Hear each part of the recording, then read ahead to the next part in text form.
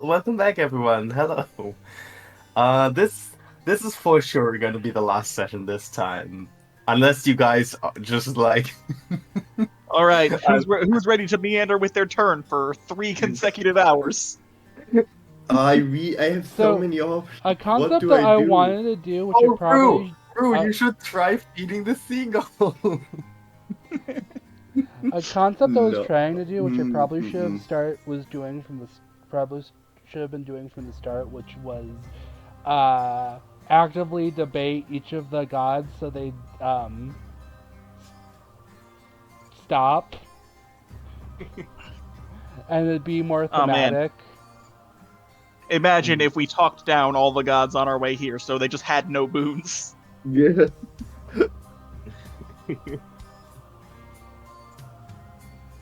Instead, we gotta go on the Mouthwash. right Yeah. that suffering atmosphere race, as you will. Yep. All right. Let's get started. So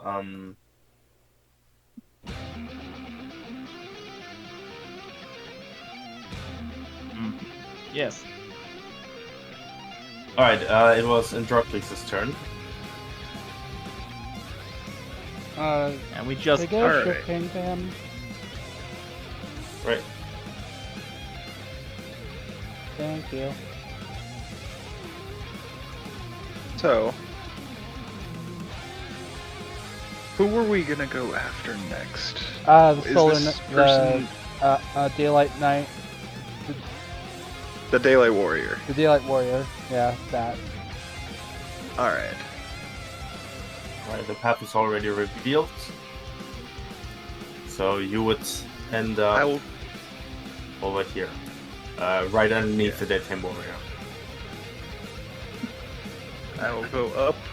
Oh, also I This should way. reveal for Basil. Oh yeah, because we swapped. We did a Mhm. ballroom dance a little bit. Yep. So right, or should I be here? Mhm, exactly there. No, exactly here.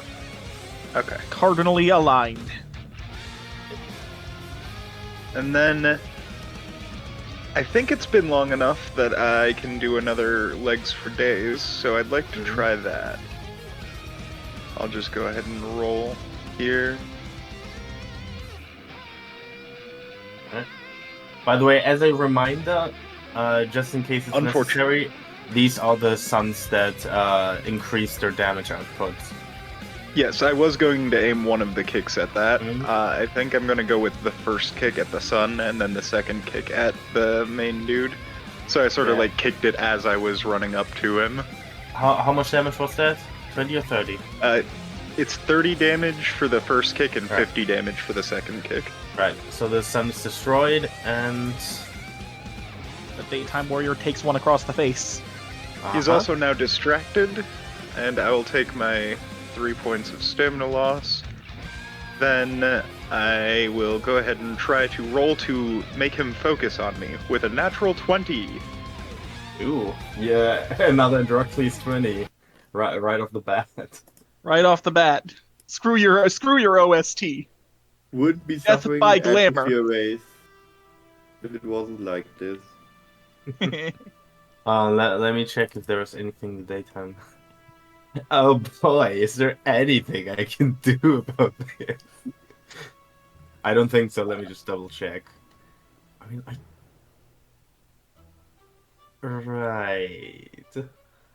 Against the nat 20? No. I'm just thinking of. I'm already thinking ahead. Ah, okay. But yeah.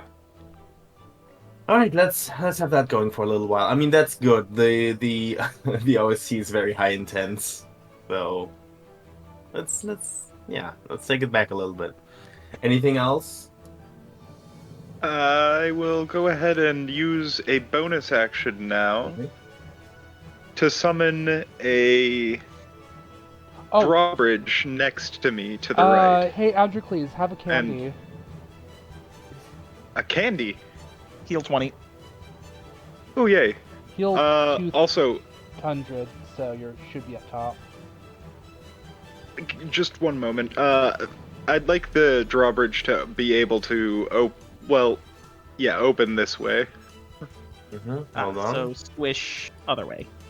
Oh, I need to get my shield. I kind of didn't think about this though. I thought it was going to be one space longer because I was gonna hopefully be able to smack this sun at some point. But I mean, it's gonna take a little longer, but you could open it and then close it in that direction. oh, I Looks could like- I could close it this way and then open it this way. Yeah, that is a thing that you can do. Oh, okay. It can. All right. It can slinky. That's fair enough. I'll leave it like This is that. important information, Jumpy. We could have slinkied the drawbridge the whole time. We've been wasting our lives. I'm gonna leave it like that and end my turn. All right. There's no suns to move, no one else to move, so Cornelius. Androcles, you should heal yourself. Oh, right. Yes. So it's 200 from the candy, but also I have the trophy thing from the precise huntress. So that would be. I think you're just topped off, man. Yeah, I would have. Well, I got 2 things that were 10 to 14, which would get me 10 stamina each. Then the nat 20 gives me 50 stamina, so that would be 70 stamina plus. You said 200. Oh yeah, I'm just topped off. I mean, I could save it for Cornelius. You could save it for Cornelius. I did just heal 70. Yeah, I'll save my candy then. Yeah, I'll just zoop on over there. It's gonna flail around wildly. Face plant into the sand. These are really, really impractical gators. Much faster than I'm used to. There's a draw. I don't want to land on the drawbridge. I just okay. We've had enough trouble with drawbridges. They are traps, death trap. I'm gonna. I'll allow it. Well, wasn't the rule to be adjacent anyway? Yeah, but it's usually you like. gotta stop in the nearest short- space, technically, but Yeah, I'll allow it. And then I'm just gonna burn 29 gold and heal to the top because I mean- You could have just gotten a free heal, because, like, mine... yeah, but first I'd have to roll, and then like also get like a 20. I mean, it doesn't just heal on 20s. Like it. It's a... It heals Time? 10 times whatever I roll. Yeah. Mhm. I see. Okay. In that case, I'm not going to burn my action to spend all that money. Oh, but to be And I fair, raised- it is once per round. So. Yeah, but, like, it's my turn next. You just decided to not use it on Androcles. So, Oh, okay. all right. In that case, I will just fuck up immediately. Watch in awe.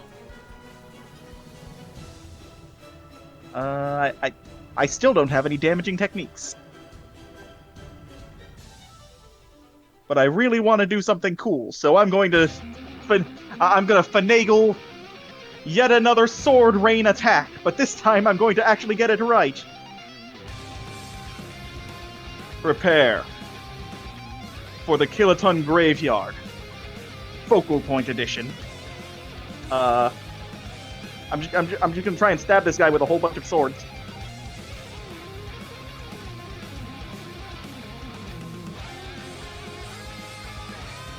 So is this again trying to do it in a 1x1? Yep, trying to do it in a 1x1 to land, I don't know, like 4 or 5 swords in him. Have a candy. Okay.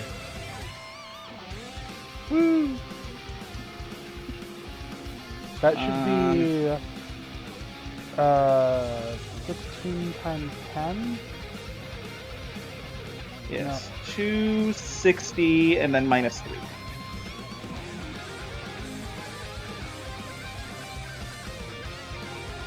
Correct? What? Nice fat 160 healing. Yep. Alright, Okay. so that's one stack of burden. If it only inflicts one, or if it normally inflicts one stack, that 15 and higher inflicts 2. Right. Alright, so 2 stacks of burden. And And I'm gonna say that was also at least a basic attack, so 40 damage. Branded, I don't know. yeah. 40 damage. 40 damage, yeah, works for me. Alright. Basil. I go up. I do an up. Become vertical. I'm gonna spend a movement to not be vertical. Actually, I don't need to. The daytime warrior is technically still adjacent to you. Yep. I don't need the daytime warrant to be adjacent to me, but like I can just move to be adjacent to other people. Okay. Mm-hmm. For one, oh wait, no, this actually, I don't need to worry about verticality at all because I'm going to use Chains Unchained. Finally, throwing in an outclass. All right, it's time for the fuck storm. Have you used this one before? Yeah, we've seen it. Yeah, we've seen One it time. before, but like it was inconsequential, so I'm gonna explain it again for the viewers at home. Until the end of combat, I do not have a limit of how many of what type of links I can have. So like I can basically produce as many links as I want. Anyway, I go back down because I used spent stamina. And then I'm just gonna move. I have enough movement to get here regardless, depending on no matter the logistics. So I'll go here. I'm gonna poke Cornelius and Androcles. They're both linked. Basic link. Oh.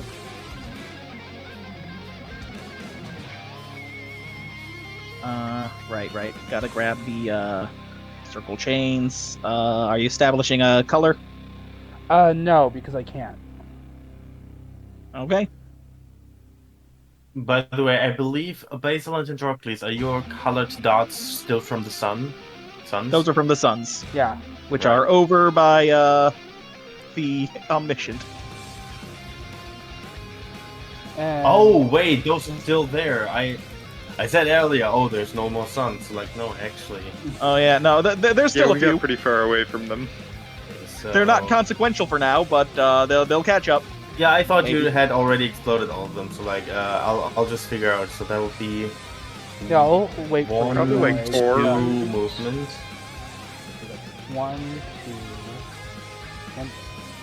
Yeah.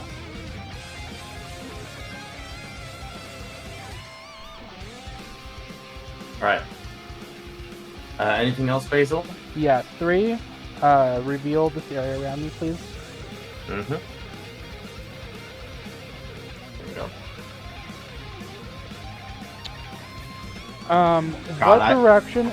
What direction is this drawbridge like pointing if it were to Currently to this end. So-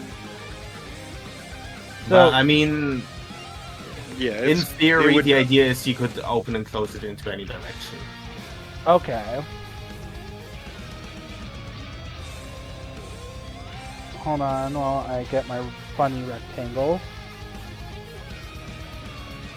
Oh my god, I just realized, I just tried to visualize the way that you would like slinky it. And I was just thinking of one of the like later Asif movies where it's like this one guy, I love you, and it's just the fridge. I have a boyfriend, and the fridge just away. Marking that. One space on the bridge. Mm-hmm. And then I'm going to. This is a very convoluted turn. I have. Oh my god. I have an idea. Let's see. Okay. 1, 2. Launch and drop, please. Flying kick. 1, 2.5.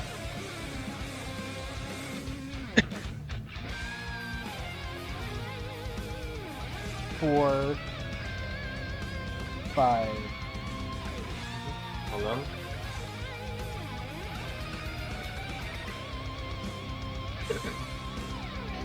$6.5.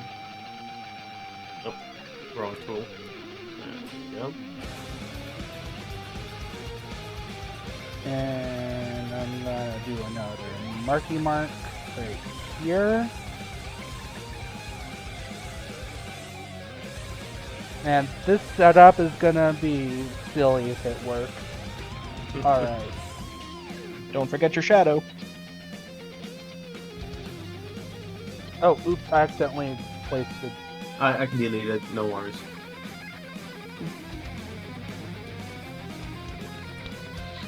Alright, that's my turn. Alright, so then the suns are gonna move again then? Oh wait, those are also there.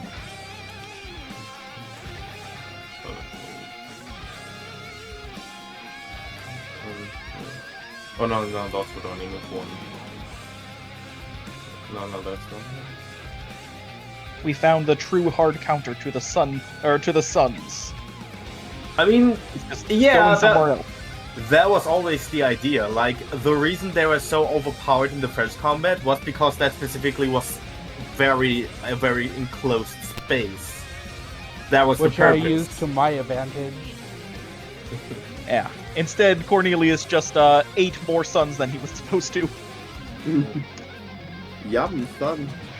Alright, so I moved them, so now the supremely slash any malevolent guard for at least since before you you guys were go- kinda in the Before you do anything, Junpei, I need a clarification.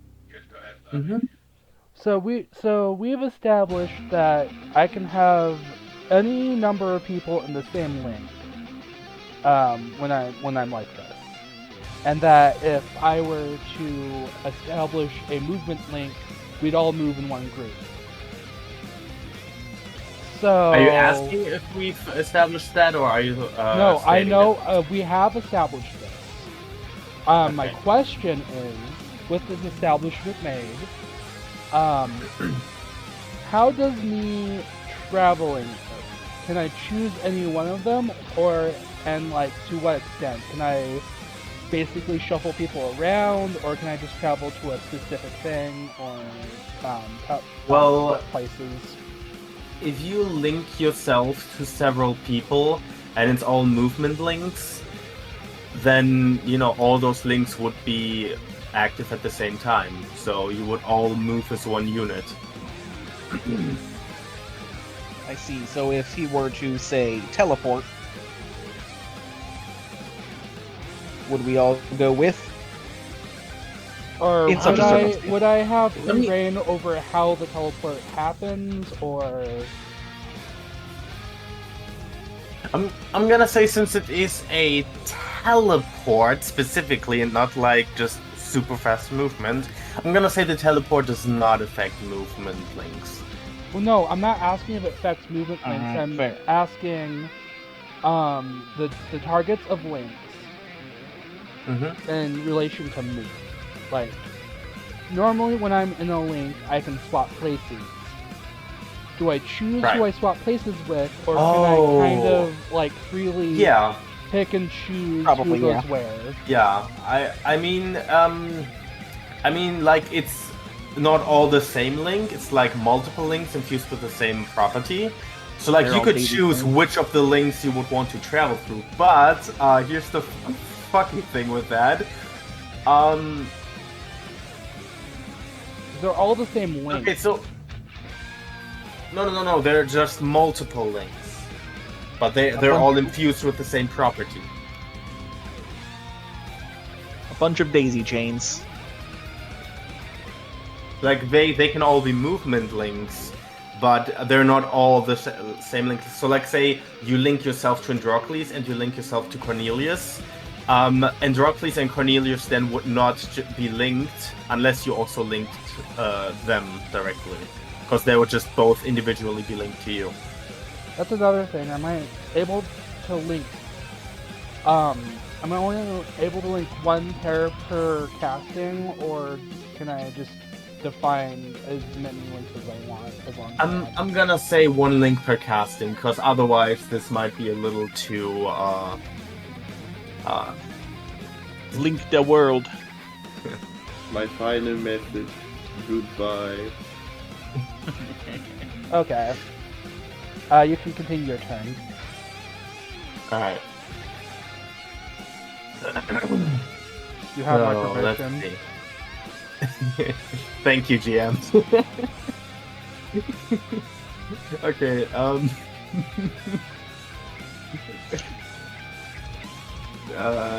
Daylight Warrior.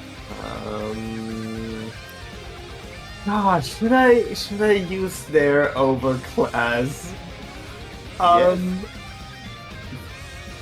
It's not Would be against the funny. rules. We did already pop an outclass. It's not a super impressive one by any means, but you know, if he wants to just dumpster us real quick. Let's see, outclass or overclass? Let me consider. Flip a coin. Flip a coin. If he's gonna do one at all. If you Oh, could also I roll a just- d3. I just realized a really dumb hole in my thinking. I'll get into that after the adventure, but I guess we'll go with the overclass in that case. Dayfall. Summon a sun crashing down in a 10x10 area, dealing 1000 damage to all characters within after 3 turns, once per adventure. Oh shit, we are losing. The sun is We have already a- coming.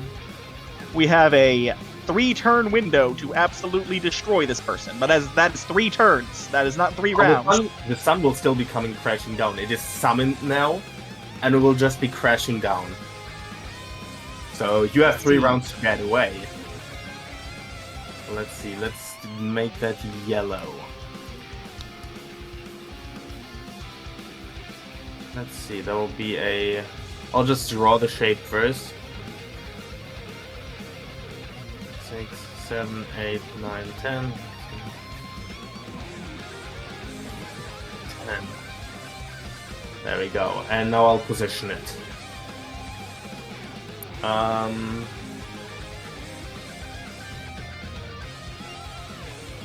Is that a line visible right next to me?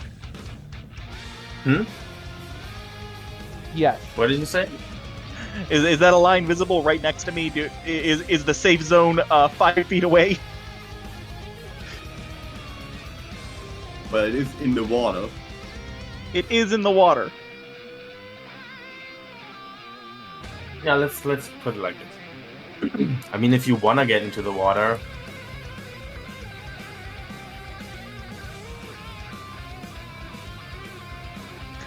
If you wish to. Gets eaten by a fucking shark. no, a whale. Oh, The mysterious ocean strikes again. Like literally, and for those who haven't seen Lion Beach Limit, this is exactly where a whale stranded in that adventure. And we hit it until... No, we didn't hit it. We just pushed it. That's a turn. That's his Alright. turn. Let's. This is Oh, three, let's this use is a this one. 3-turn limit, not a 3-round limit, right? Yeah, that means we got literally until I think the end of my turn. No. This is 3 turns. like So, 3 as full in- rounds or 3. Yeah. or Otherwise, it 3 would have been 3 turns, like 3 of every turn on the turn order. Oh, I would okay, have been so... very specific about that. This I is would like have one been- of oh, man. Eleanor We got there some people. otherwise. Yeah, this would be too hard to avoid otherwise. Like, there's a reason it's like kill him. this high Just- damage in this high of an area. Just die, lol. Wait, it says all characters, right? Mm-hmm. All That characters in the 10 by includes 10 and the 10 second by 10 commander area. and supreme leader. Then Yeah, we could actually just leave. We could leave. the I Supreme- could root one of them. Alright, so the Daytime Warrior is gonna use their remaining movement, which would Help be link me with them. 3, I believe, with the burden. Yeah. 3 burden total at the start of his turn. 1, front. 1, 2, 3. Steals this guy's son. Alright, the Supreme Leader is also... Well, what movement do they have? 1, 2, 3... 1... and 1, which means the second commander still has an action. Oh, well, actually... Wait, no, they have 3 actions. What am I doing? Yep. Right. Trying to figure okay, out who gave them that boon. Can we beat their ass? that will be their own personal boon. Ah, damn. Guess we You gotta know what? kick their ass. In that case, actually, the Daytime Warrior would have gotten another hit in. So like, Oh yeah. so They got a swing at Androcles. So the overclass was the first action. So then second action would be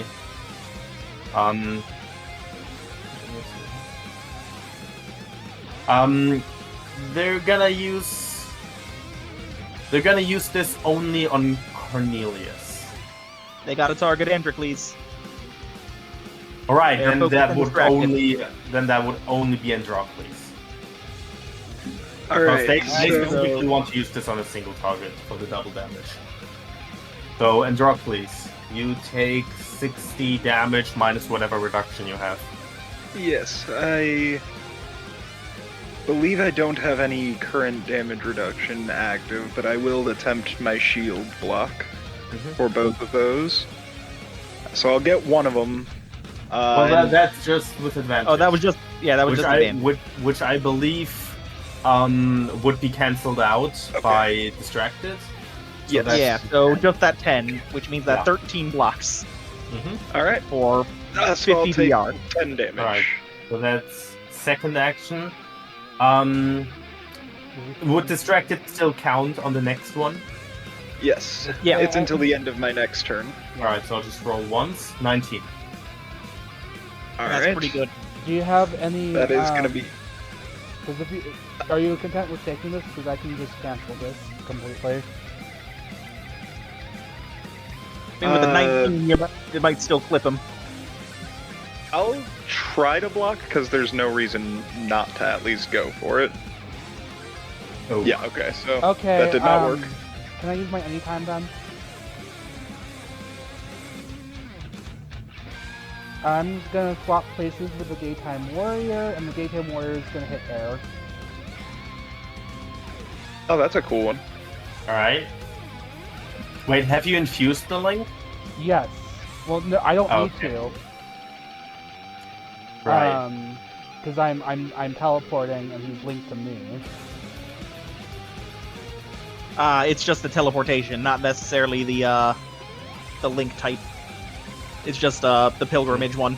Alright, so I have it ready, so when you gonna...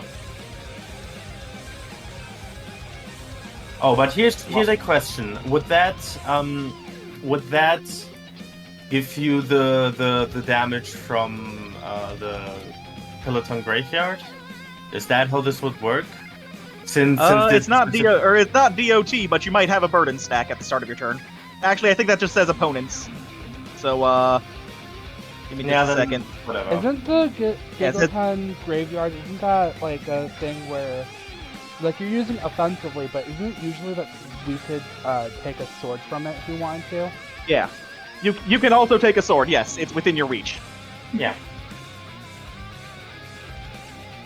Thou art worthy. You may have a sword. As I'm a gonna creature. say give me a roll to not also take damage from that, because the Daytime Warrior There were swords essentially in was him. like- What did you say? There were swords in him when he teleported. In them, yes. There Okay, were. so when you swap places, those swords could be in you. That sounds like a sales pitch. Here, I'll Yeah, just so give me a roll.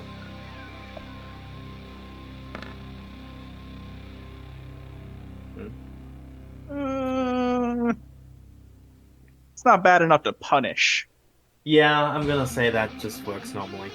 also I'm slimmer, so True. Well, the Daytime Warrior doesn't have a lower body. Laying on the ground awkwardly. Alright,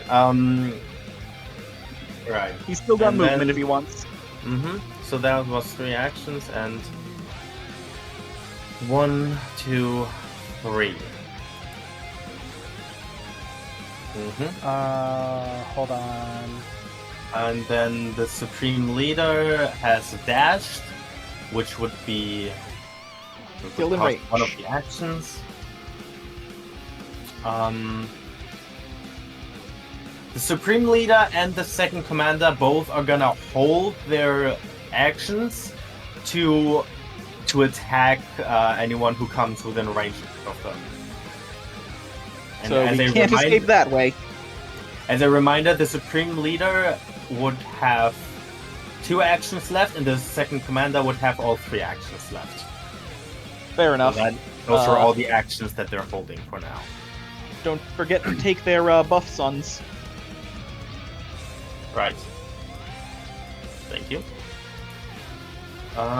Let's see. The Elusive technically would be able to try and get at Elena. Wait, is the name Elena? Yeah. Sorry for a moment. Yeah, let's see. The Elusive. It's just gonna go. I mean, no other options left. Grappling hook. Swipe. That's 9.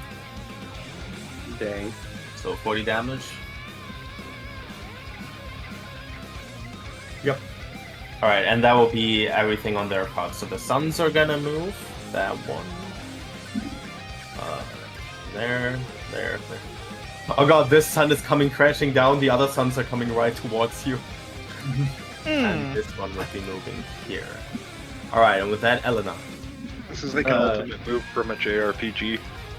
The thing Yeah. is, if Elena Some moves Toho in, shit. yeah, Elena would just fucking get killed, I think.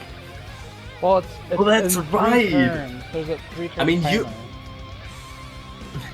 But still, it's like Elena's like, hey, what did I miss? And it's just the sun looming. The sun dropping like. Also, you're like, if you teleport to the Daytime Warrior, you'd be a little closer to the edge. Right. What? Because the Daytime Warrior is already pretty close to the edge. Oh.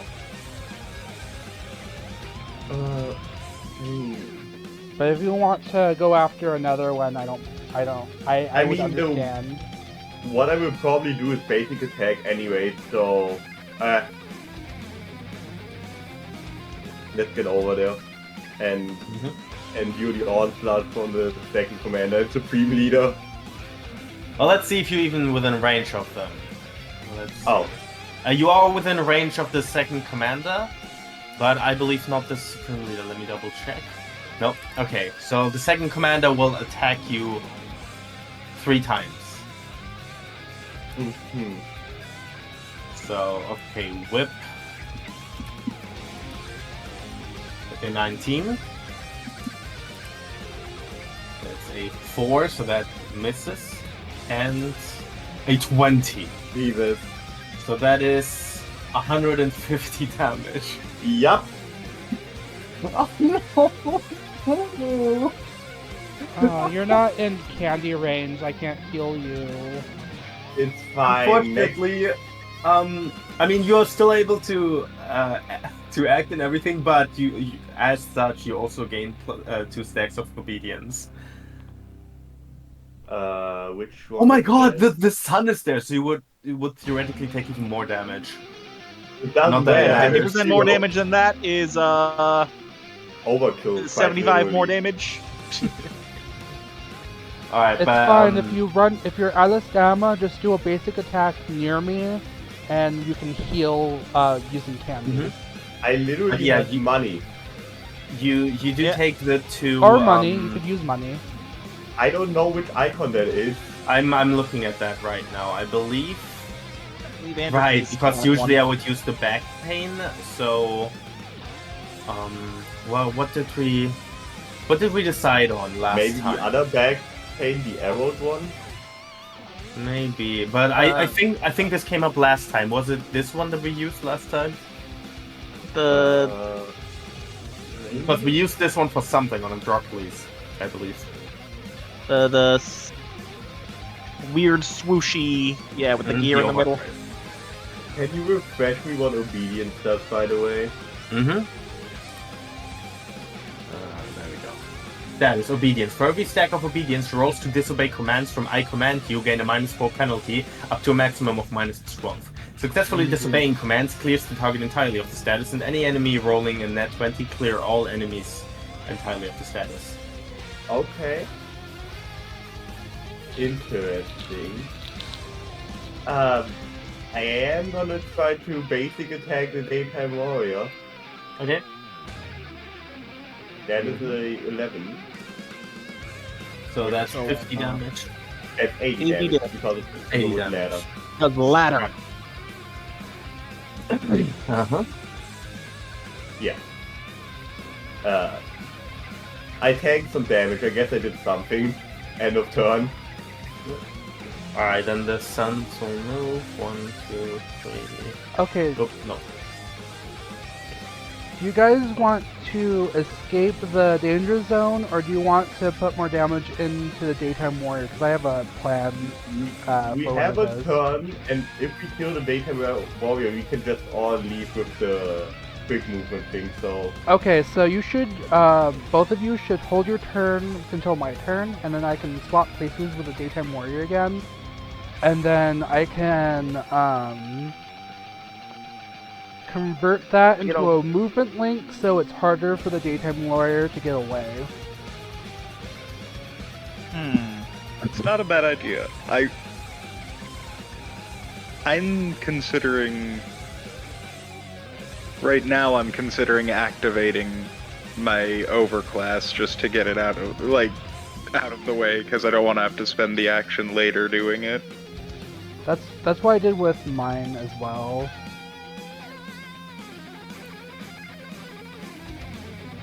So I think I think I'm just gonna pop it, because it's gonna be pretty important to me moving forward, I think. I could still do my thing and make it difficult for him to leave.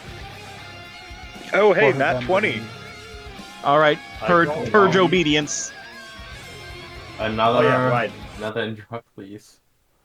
Okay. Another obedience Andrew is crit. Nothing. Oh wait, let me double let this me double check proficiency? before you remove the hold on, one thing at a time. Before you remove the obedience, let me double check if this the net 20 applies to, hold on, any enemy rolling a net 20. Yeah. I think the idea is any enemy affected by obedience. So I think that was the idea. Oh. I think it's I think the idea was like if somebody does well enough to rally the troops against them, then Yeah, I mean that was that was the like. plus Androcles did have an there, obedience stack. That's very much a thing. All right, yeah, then in that case that just works. Yeah, all the obedience stacks are gone. Okay. Purge obedience. We do not obey. Fight the system. And then I'm going to step onto here. Hold And on, use a bonus move action. back. I'll put you to front. Alright. Okay, done. I'll use a bonus action to then close the drawbridge so that I get flung this way. Oh, you're breaking the link? Okay. Your links still do have a range limit. Yeah. Oh, right. That's my bad. I made the mistake of thinking the infinite thing meant their length again. Is it possible for me to go back?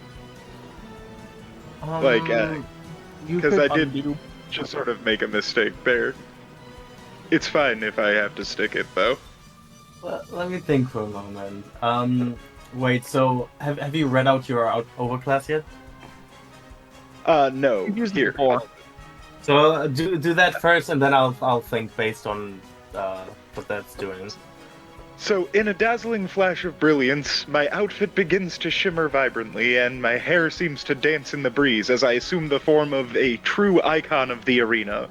Until the end of combat, all rolls to apply distracted or focused gain advantage, and all rolls to avoid or remove them have disadvantage. In addition, both statuses now last until the end of combat, so unfortunately for the Daytime Warrior, he is stuck that way. While the mode is active, yes, they are stuck that way. While this mode is active, you deal or reduce additional damage with your weapon, equal to the amount of characters currently focused on you, but times 10.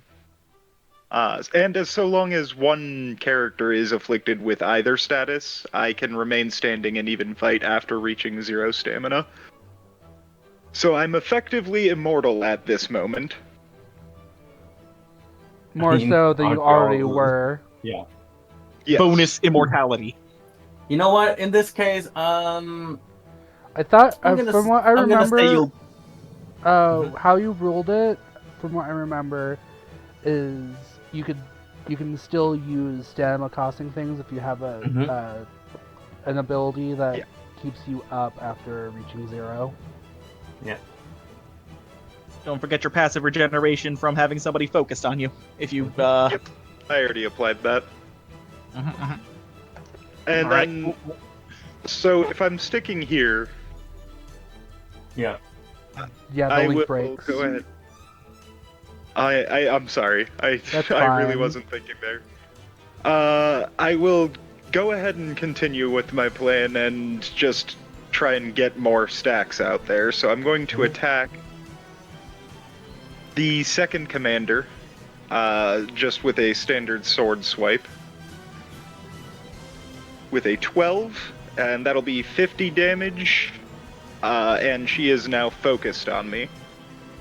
Never mind.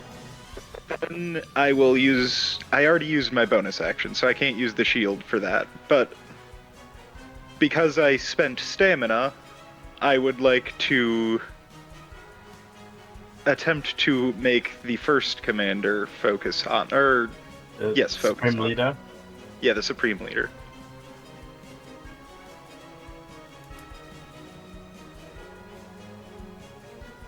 And then that would have 3 people now focused on me. So next turn I'll regenerate 30. And any attacks that land will do an additional 30. Alright. That'll be it.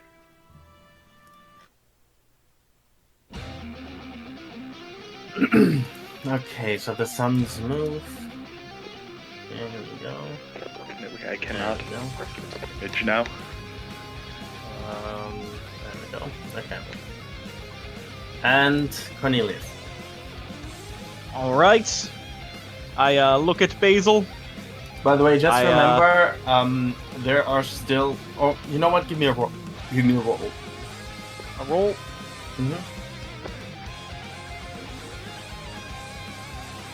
Ugh. Mhm. Out of what's the saying? Out of sight, out of thought, or Out of sight, out of mind. yeah. Yes. I look at Basil. I simply say, well, I'm trusting you. I grab a sword out of my kiloton graveyard, so I now have 2 Excaliburs, and am dual wielding, and hold my action. Question: can I attach sword to my book before and Sure, leave absolutely. the area? Yeah, no, those are supposed to be to go. Okay. Alright, this is gonna be a fun turn. So I'm going to use my anytime to switch places with the daytime warrior. Alright. Was this the opportunity I was supposed to be waiting for? Yeah, but I have. Just let me know when I'm supposed to do something. Whoop.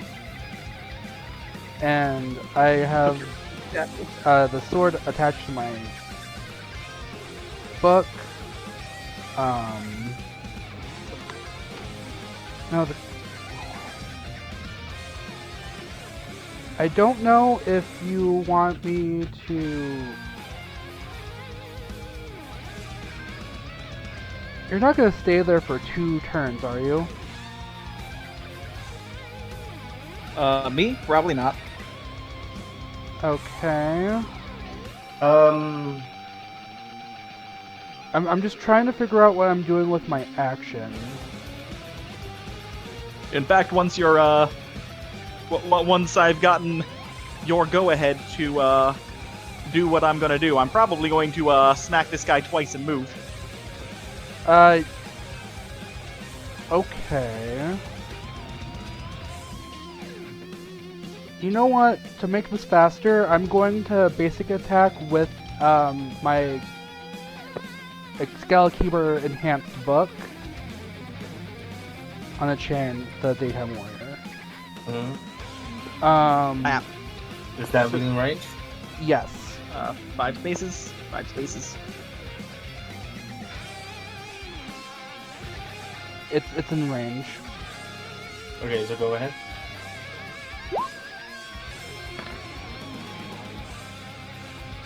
Alright, so that's... how much damage does Excalibur do? 40.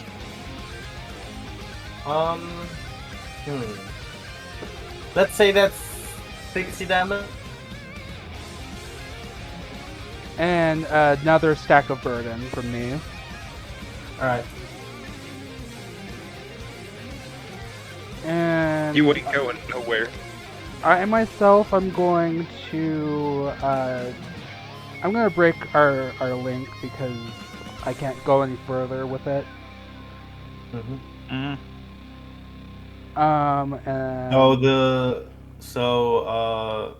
Neither Cornelius nor the Daytime Warrior are linked anymore? yeah, Okay. the links have been all canceled due to reasons. Distance, baby. And I still have movement. So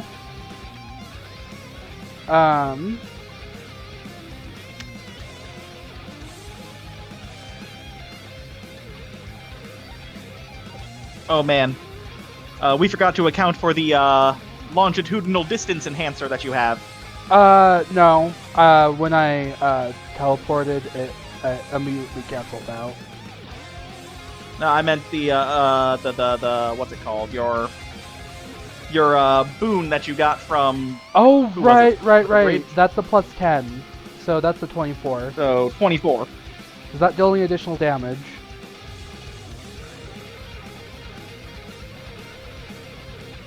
Junpei?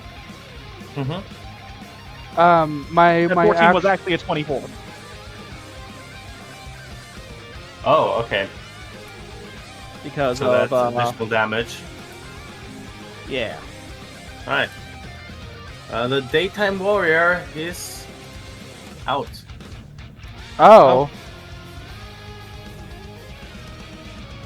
Very well. Rest in Oh. peace among this graveyard I made for you. Okay. Instead, then, Nice. the sun is still coming, right? Yep. That didn't stop being a thing, right? No, we're fucked. We're not fucked, we can just leave. How many turns Well- is there left? 2. Yeah. 1, 2, 3, 4, 6. Fish. Oh my god, this is gonna be hilarious. Actually, you This is know gonna what you be could do. Funny. I get what you're doing, Basil, but think about it though. Think about this. You just KO the Daytime Warrior. That is an enemy that just reached 0 stamina before you used your movement. Yeah, but it's so tempting to throw the second commander into a fiery sun explosion. We could Basil, do that next turn, Basil, though. give me a roll. It said character, but sure. So yeah, on the 17, definitely you can tell there's if you'll remember all the malevolent gods that you encountered and who came here to this beach, there's still two out of them out there. Yeah, we're dealing with I the am possessed. aware, like I am aware, Junpei, but like it's still tempting I'll just though. take this as a little hint. Like Yeah, the possessed and the other one, the mysterious boatman. like The you know mysterious how boatman's the most annoying one, but we've already cleared up most of that issue, and they'll be annoying. They'll be too annoying to deal with later, or rather, it'd be annoying to deal with them now and get like hit with a confusion status. So here's the thing. Remember who's summoning the entire, or like how the entire. the second fog of war commander is is- also summoning it though. That's because they have a boon from the mysterious boatman. Oh, If we take out the boatman, we take out both of the boons. Or rather, okay. their passive and the boon. All right, take me to the mysterious boatman. All right, so you would move down here first, and then gonna move this. So. Oh, almost forgot my Runs shadow. face first into the sun.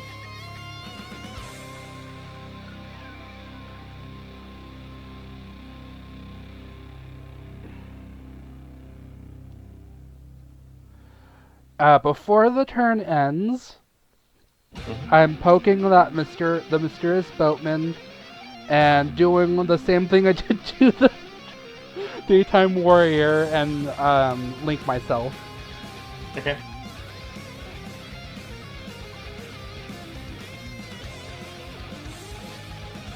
Does that make Okay, you that's to my do turn. stuff? That's insurance. Fair enough. I'm going to get away from the daytime warrior before they like, I don't know, stab me with a sun or something.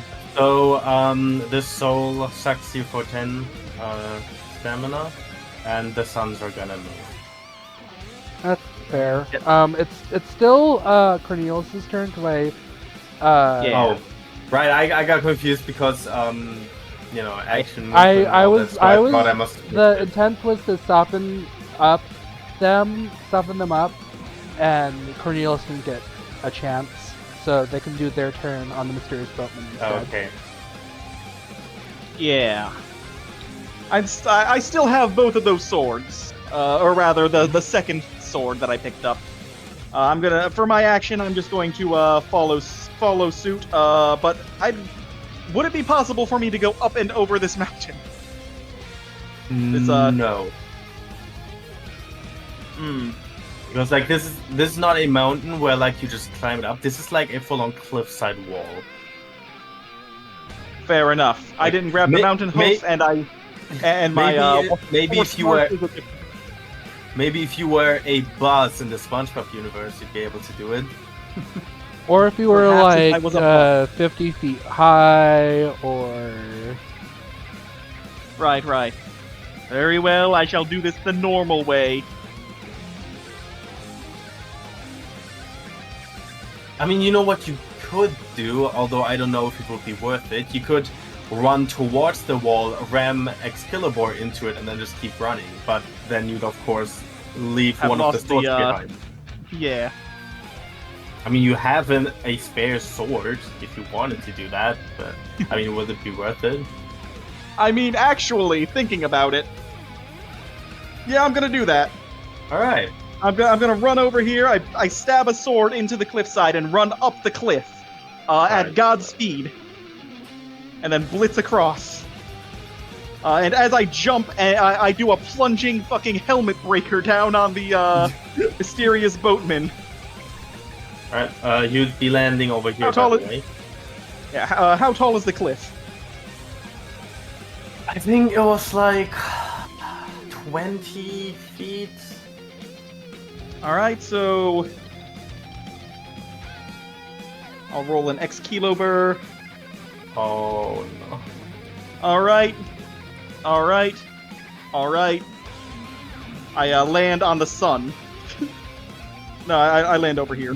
Oh, that would be a damage. You would land over here. So basically, you like run, do this really awesome, cool-looking thing, and then you jump down the cliff at God speed with your sword like about to smack down, but then you miss, land here. The sword gets rammed into the sand, and your chest hits the hilt, and it's like, oh. Oh, too fast. I'm like wearing armor. I'm like, I like Yelling yell at the that at the sandals. unnamed. Too fast. This is the unnamed's fault, assuredly. Boy, careful! You're really creating a villain origin here. You're doing great, Meaningless. And wait for the unnamed in the future to be the big bad guy of the entire campaign. Alright, so then the suns would be moving again.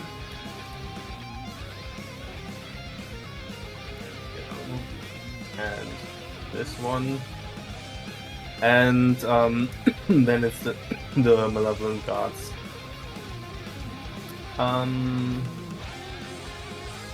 Let's see. Well, the only person. Oh no, there's Androcles, right?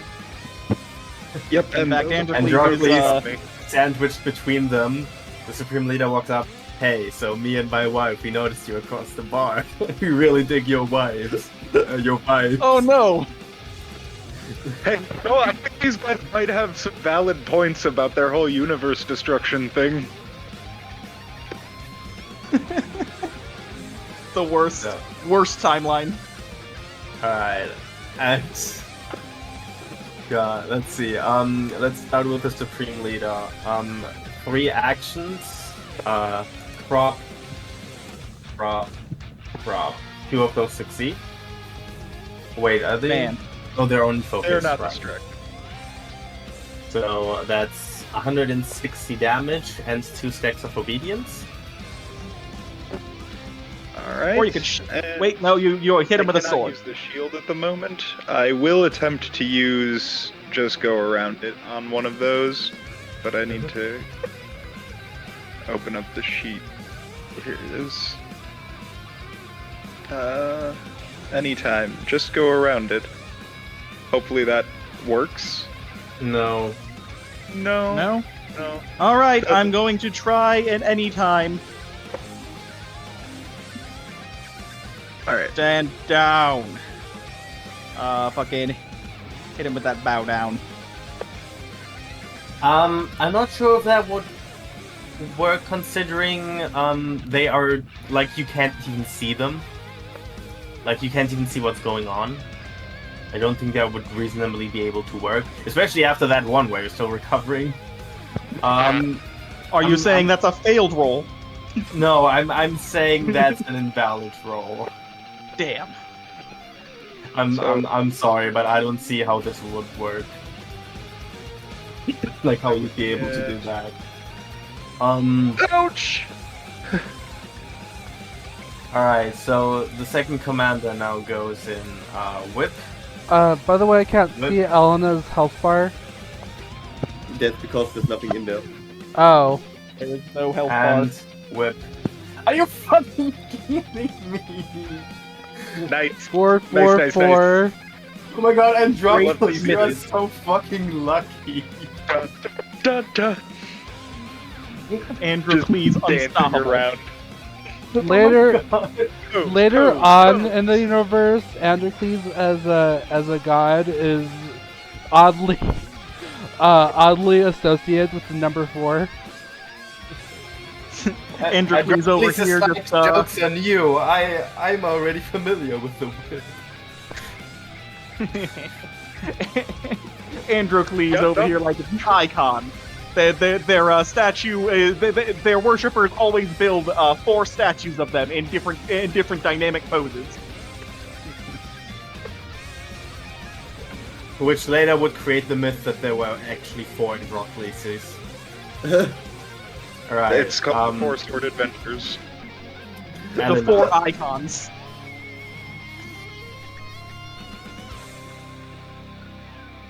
Elena? Oh, right, the suns won't move. Yeah. If Elena gets hit You- by a sun while being at 0, does it just delete itself? Pretty much. Technically, yeah. So Elena, reminder, you can use the Godspeed Gators right now. I know. I'm thinking right now because that Okay. is using an action. And Is it an action? If- I thought it was a movement. No, it's just your movement to use the Godspeed Gators to like get to where we're You know, at. But It's an if action you- to go to the unnamed and heal, I believe. yeah. But Which if you can use do. Sorry, your Yeah. Gators, sorry, I was thinking about doing that. That's why I if didn't you quite use listen your to you. Gators Sorry. to come over to the boatman and hit him, I'd be able to give you a counter. Okay, you know what? Good enough. Oh, also, since Candy. it just was the Malevolent Gods' turn, there's now 1 turn left until the sun comes crashing down. We gotta What get out is of here. Basic attack. Yeah. Alright, so Have that a candy, is... that's 100 80. health. That's not bad. It's something, in fact. 80 damage. Wait, hold on. I think that will be a disadvantage because of the fog. Let me double check. Probably. Let's see. Or minus Mysterious 3. missed. D20 rolls Yeah. against you, disadvantage. Very well. Let's Oh, you're hope right. for the I should have best. rolled with disadvantage on my Nat 1. Okay. Okay. Oh, it still works. So that's still Alright. 100, Yep. or does 100 the damage? advantage count as the last roll? Is it the last successful Yeah. roll? 80 damage. No, I need to keep targeting the same. Gotta target the same guy. Still 80 damage. Oh, And also that sun is in the path, so. Yeah, I was gonna say because like with the way you positioned, the sun would also be hit and destroyed. Yeah. So good job, Elena. Yay. No longer Now dead. that contribution. I still can't see Elena's Oh, hit that's point the bar, Godspeed but Gators. that's just always been the case. Oh. I Oh, was there it is. trying to select the bag of candy. So you should be able to see it now, right?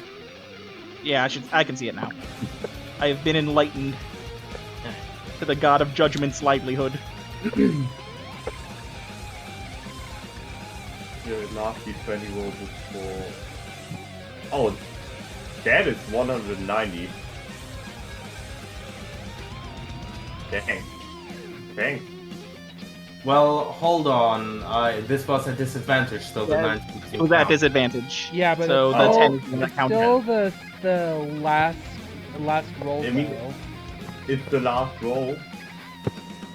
No, Their last that D20 roll. A disadvantage roll counts as like one roll, and the lower roll is the roll. yeah. Okay. Okay. Fair enough, I guess.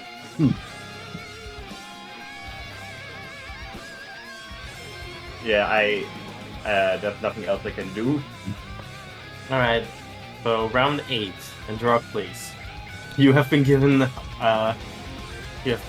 You're on borrowed time. What will you do with it? Heal 30. Probably squander it. Let's go ahead and heal that 30. There is that sun to worry about that's like right there, and that other one that's like Gators right away there. if you wanted to, or Yeah, you could just use your movement to gators away. It's not like it's not gonna, like they're ever going to be unfocused on you, even though you leave their fucking line of sight. Oh my god, I just realized in theory That's very Androcles true. could just stand anywhere here and then just go around it when it happens. Oh yeah, yeah, that was You on go my mind around. too. Is it the I end will- of their next turn or the I'm gonna say it's at the end of their next turn.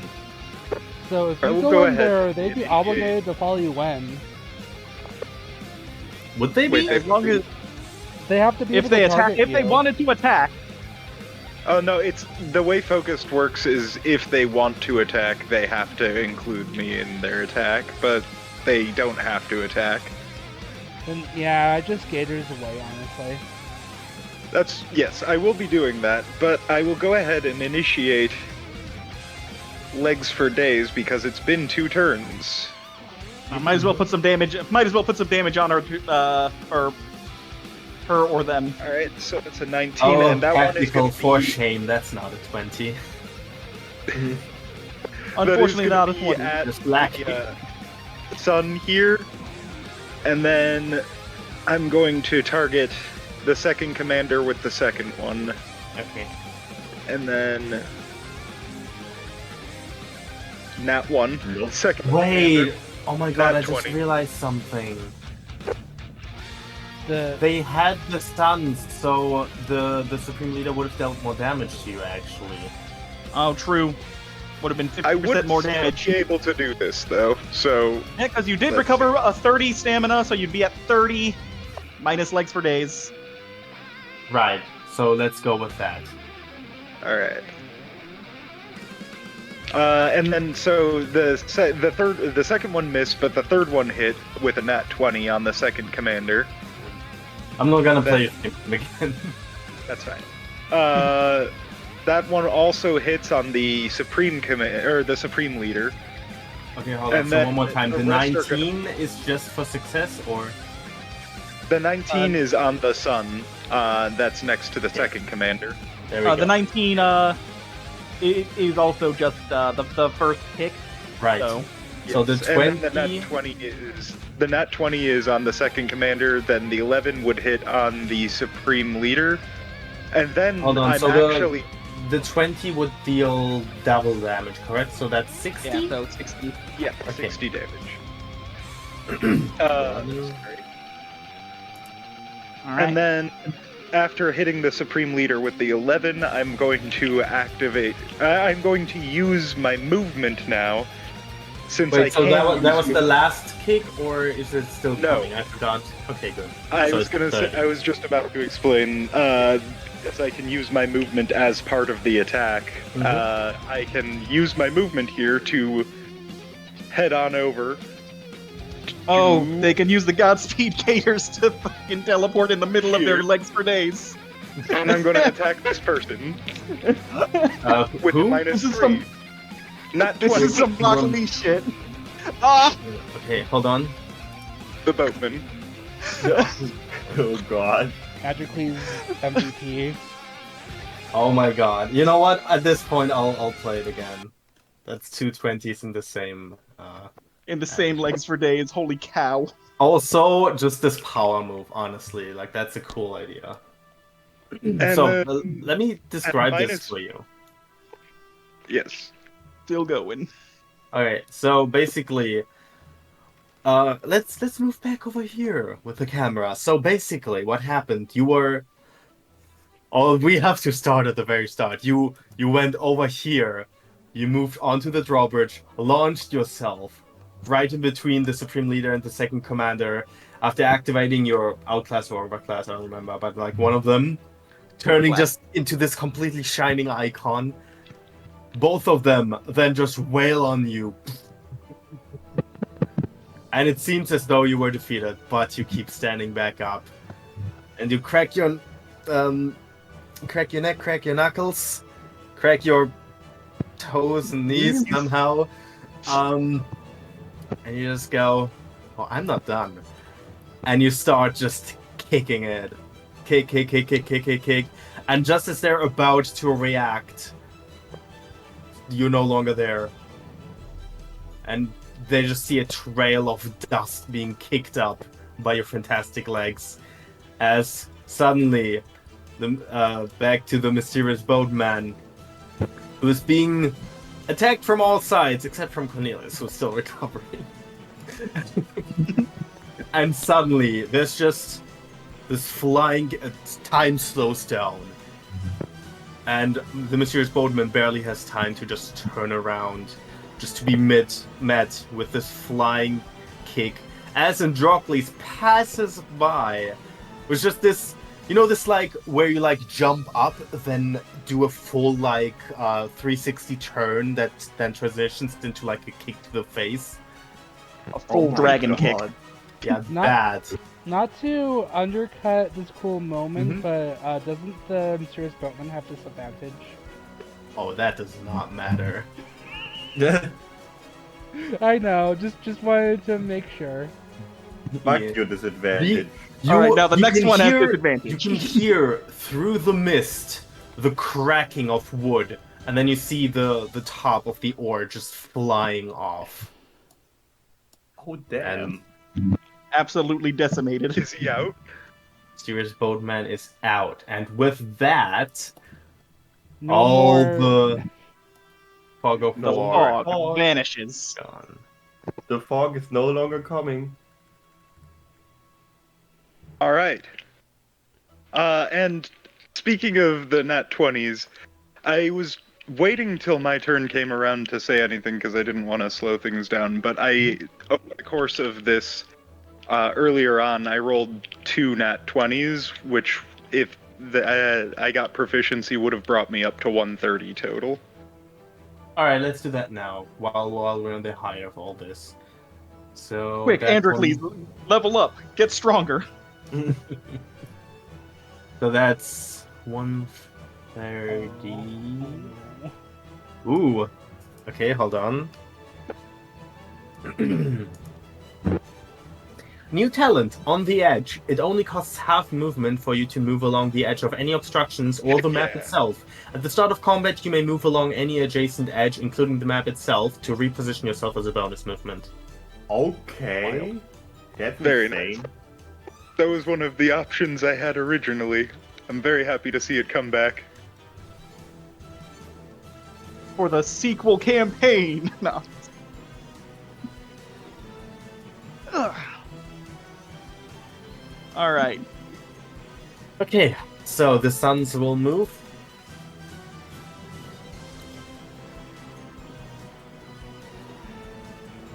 And, right. Cornelius, you have now recovered, and you may, as you can see, the possessed is right over there. Actually, let me shift plane. There we go. Ah, there you are. So I No have trouble a back in a plan, civilized area, because but the sun sure still hasn't crashed down yet. Yeah, no, that's at the end. That's at the end of their next turn. Oh. Give the sun its time, it's shy. I'm not sure if I need to clarify, but just in case, this is an entirely separate sun than the one that's hurtling towards the entire planet. yeah, they just made a sun. I know, Yeah, this- I know. I'm owing Okay. because I have another stupid idea, which is my original idea. Your original Uh, idea. So, canceling my link with the mysterious boatman. Mm-hmm.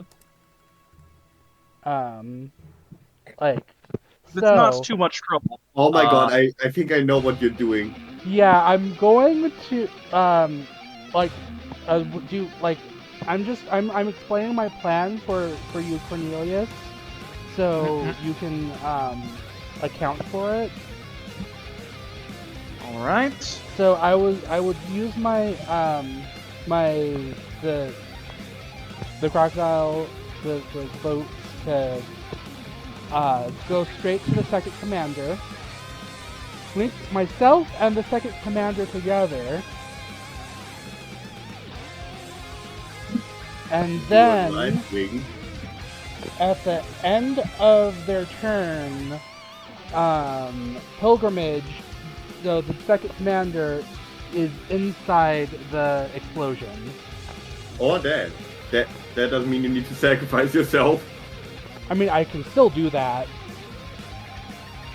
I don't need my life, honestly. I mean, it would be a waste though. perfectly good scholar, if you ask me, but... To be fair, Basil, give me a roll. An instincts roll, I guess. Will that sun annihilate their very fucking existence? Who knows? Maybe, Uh, maybe not. I saw that Advantage. 20. Advantage. You're a scholar. Give me advantage. Yep. hey, Okay, so There we you go. know what? You know what? You Do are I a get scholar. proficiency from this? Because nah, that's fine. I would totally if it was with your. You know what? If you were a Mundi. You know what? it is the last Why? spell. Why the hell not? Yeah, I'll give you that proficiency. Do you get anything from that? No, but if I get Okay. another one, I will. All right, so Basil, you can definitely tell from like cross-referencing different books on storytelling and stuff like that.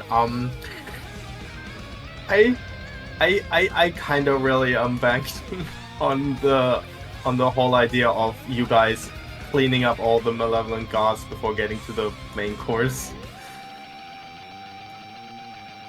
But why? Mm-hmm. And like I don't mean that. I don't As a mean that narrative as in, device. I don't mean that as in like, oh, there's gonna be a trap for you guys and you're ruining it. No, but like I mean like narratively, I've kind of structured it. You know, The cutscene might be different if we don't defeat them. No, What if the they, like- thing was what if they the take over remember our, the tutorial fight? We won that, but the cutscene didn't change. So I mean, it So, is. so what is the knowledge that I gleaned? Oh, it's just it's just the as a scholar and a purveyor of stories, you You can- gain a grasp of the natural narrative that is at play here, Yeah, you and can, you think can you kinda have to kill tell- that possessed guy first.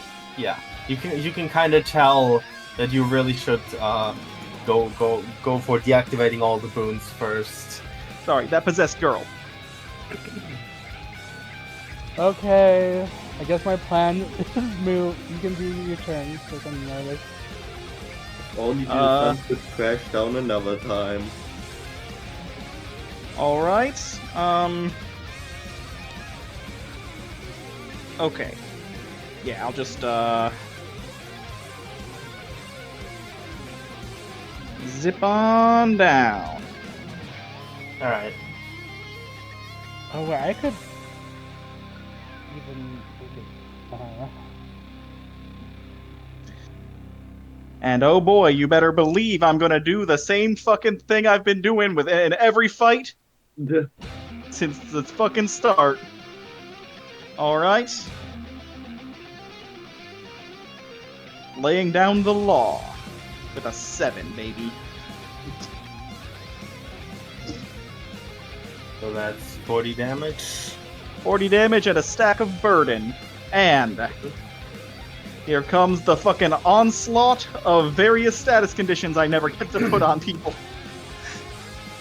Boom. Boom. That's it. Alright, targeted by a weapon are branded. Take double damage from the next 3 attacks against them. So let's use this one. There we go. And using a weapon causes a possible knocking them 15 feet back. Okay, 1, 2, 3.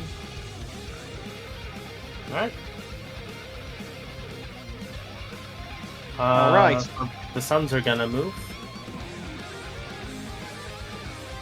This is part of why I was trying to do the dive bomb attack initially. I was going to try and crater the mysterious boatman. Alright. Basil.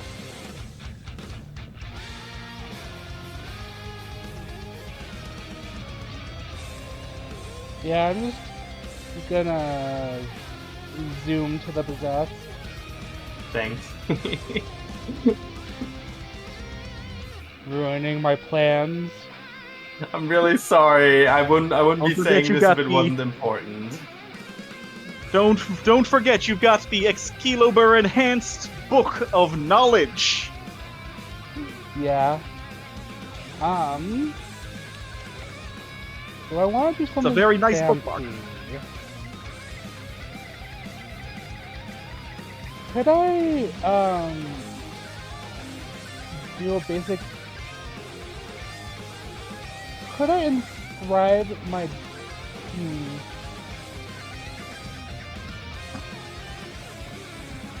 Imbue your book with the power of burden and aerial slam them. The question is, am I able to do this and attack? Do what in attack?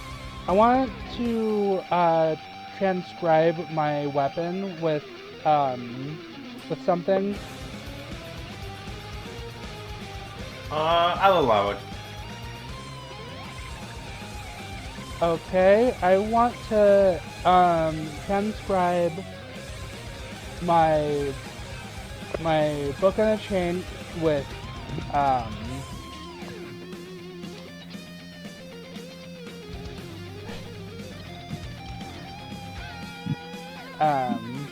dang it, what was it called?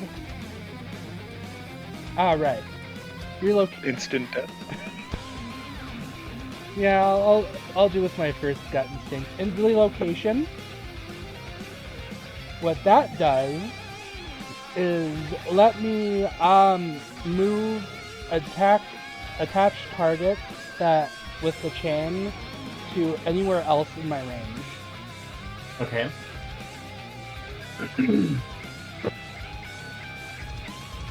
So what I want to do is hit the possessed and swing it into that sun, hopefully causing it to explode or take damage. Into which turn? This one? Yeah. I'm gonna say, because usually the rule is like that the suns don't get affected, but I'm gonna say that depends on the roll right now. Okay. Gotta roll real high. So just, do it. Yes! With that second nat 20 in a row. Could I I get was a literally proficiency hoping from you rolled a that? 20 because you said you were 1 proficiency off from an upgrade. Yeah. Yeah. Also, play that basil theme, damn it. There we are. Right. So, you move over here.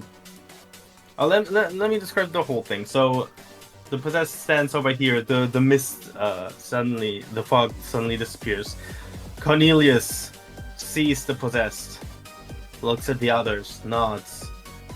Godspeed Gatus over here hits with the full weight of the blade. The possessed gets moved back, gets branded. Basil immediately follows up, teleports. Well, not teleports, but essentially like as if teleporting over here. Takes a moment, holding his weapon, transcribes it, and then just flings it. It sticks to the possessed and flings her over into the sun. It explodes, dealing double damage, which is, let me double check. How much would that be? 100 times 2 is 200 plus 60 times 2 times 2, because branded, and a crit. Jesus. Absolutely fireworked. 440 damage. It's like a YouTube poop where it's just like the explosion. I just imagined the Dashwood explosion effect. Oh no, hold on. Just edit that into the Cornelius. video. Just a default explosion. Cornelius hits her. She starts running away. And Ben's just like, oh no you don't. Swings the chain, lassos her. She's like, no son! In the background. And the son's like, ah! Like the What SpongeBob they say, scene where Sandy just the follows them. So it's like the behind the horizon just explosion. The sun is gone. Okay, so that's 125. Hold on, Basil. Okay.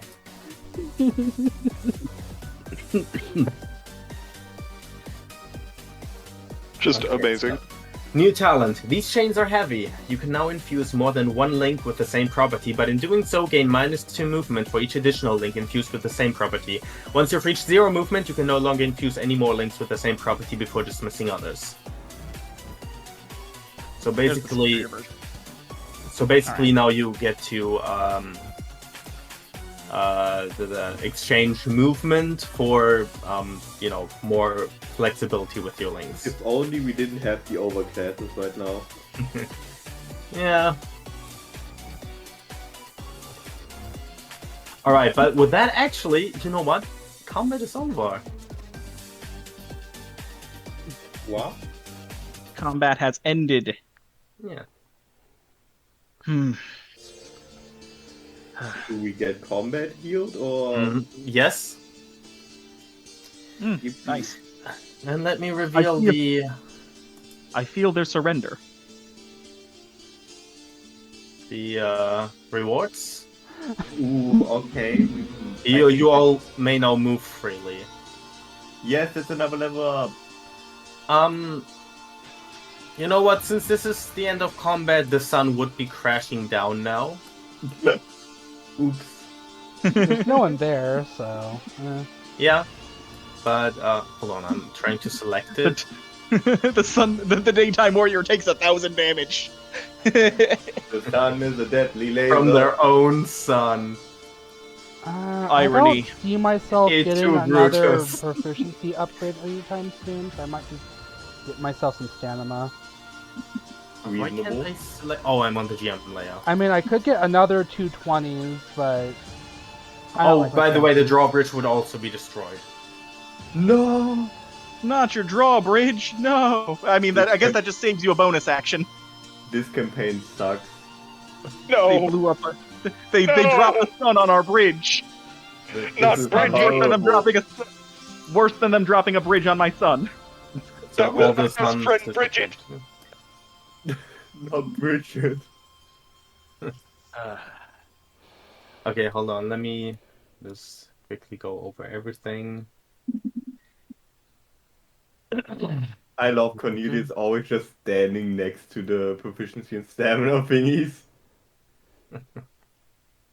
Staring off at the lingering souls, just kind of I floating think that's around. everything. So, all right. Right. So now let me check the. Okay, Rue would also get something new. Never Yay. mind. Let's see. Elena. Okay, there you go. Okay. New talent. A verdict based on evidence. Your first attack in a combat deals additional damage equal to the number of your accumulated modifier from innocent until proven guilty, meaning a -2 modifier grants you your first attack +2 damage. Oh my god, that's amazing. Let's go. I'm The I'm true glad you sneak like attack it. build. So now we just stay invisible, get a really big number, and then Yeah. we And go. one-shot the enemy. All right, and That's the true judgment. yeah, tactical doesn't get anything new, unfortunately. I would, but unfortunately, I am still king. Unfortunate. All right, let's move these back to GM layer, and let's get my notes. Notes. There we go. Okay. Okay. So music. Should probably Okay, before clear I out do your that, icon. let me just take a deep breath. Okay.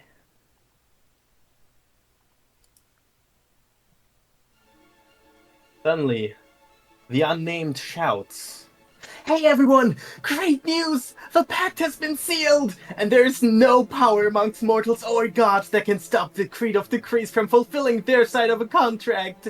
You turn around and see no one else stepping out of the cave. There we go. The Supreme Leader roars furiously. "No! I refuse to give up. They don't have the power to stop me! They pause for a moment. But I have the power to stop them. The second commander turns her head to look at them. You mean... You're right. We must. One short burst of suffering to stop all suffering forever. And so the Supreme Leader uses their outclass. Uh-oh. Where's the,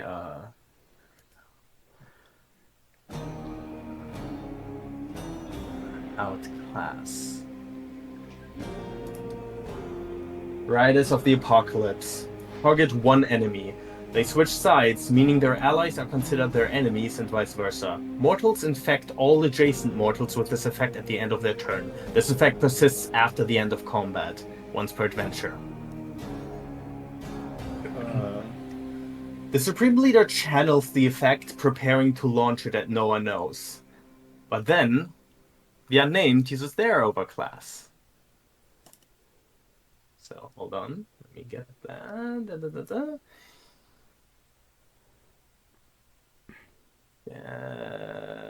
Their overclass. Exactly. Okay. Counter spell. I'll move that out in a moment. Anytime. Overclass. Ooh, what's this? Draw an enemy's attention entirely to yourself, making them target you instead of their original target, and unable to target them again until the end of combat. You yourself become so fascinated with the sensation of the effect that you don't even feel any pain. Any damage you would take is completely negated, once per adventure. Oh no. Before the Supreme Leader knows what's happening, they launch their outclass, and instead of hitting no one knows, it hits the Unnamed. Upon realization, the Supreme Leader lets out a screech of fury, but then they have an epiphany. It's not over yet. Unnamed! Do you wonder what the apocalypse will be like? The Unnamed's grin widens. Oh, I do. Roll initiative. No! I fucking knew it!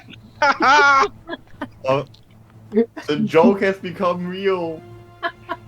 All the times you were joking, like, oh, the Unnamed is gonna threat something. Like, yep. At least they Alright, are let me like clear the turn just- order real. Actually, I don't need oops, to that clear the is turn order. not my. Cornelius can stay exactly where the fuck he is, thank you. That is not my initiative roll. At least they aren't like betraying us on purpose. Yeah. Alright, I'm gonna roll for. I'm just gonna switch it manually.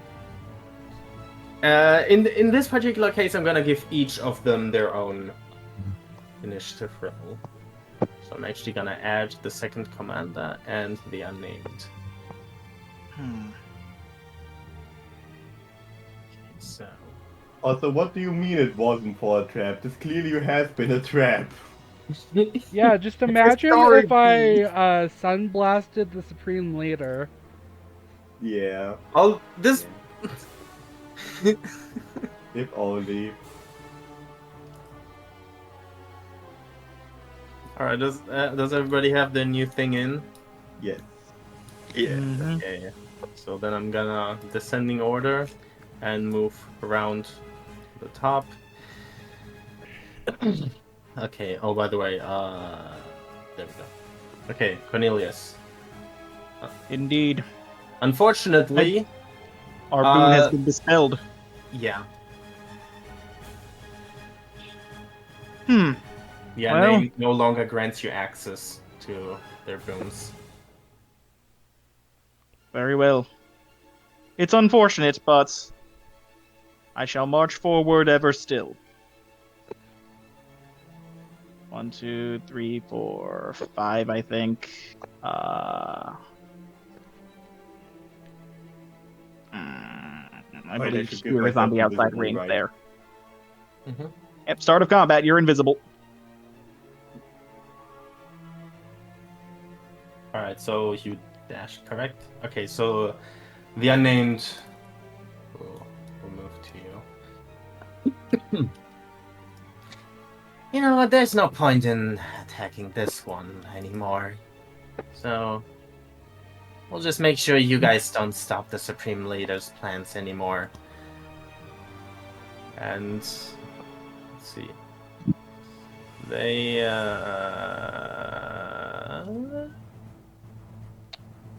I could use this, but that would be a hassle right now. I'm gonna. Yeah, I'm just gonna move in. Oops, sorry. 1, 2, 3, 4, 5. 1, 2, 3, 4, 5. Yep, and just cool stick here. Nope. Not that cool of a stick. I've seen through your fighting style already, unnamed. You'll need to change it up to make me wonder anything new. No, I think he's in there somewhere. He's fighting it. It's fine. I'm used to fighting my fellow knight when they betray the king. The Supreme Leader. It's gonna dash. 1, 2, 3, 2, 3. Wait! No, the unnamed still get. Oh no. Okay, no. The unnamed does not have the 3 actions per turn because they don't carry the boon with them. Yes, they'll have to access a boon sector. Alright, and Dracleeds.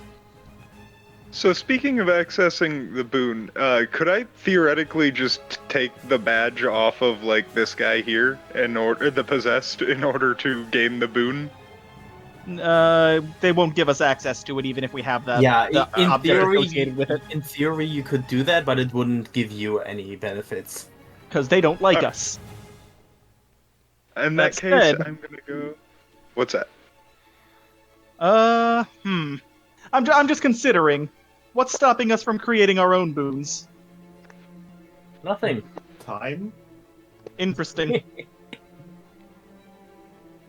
Oh. Just, food for Wanna thought. stand back for a bit and create boons? Yeah, guys, we It's clearly have the definitely an time. idea. I'm not sure what my boon would be though.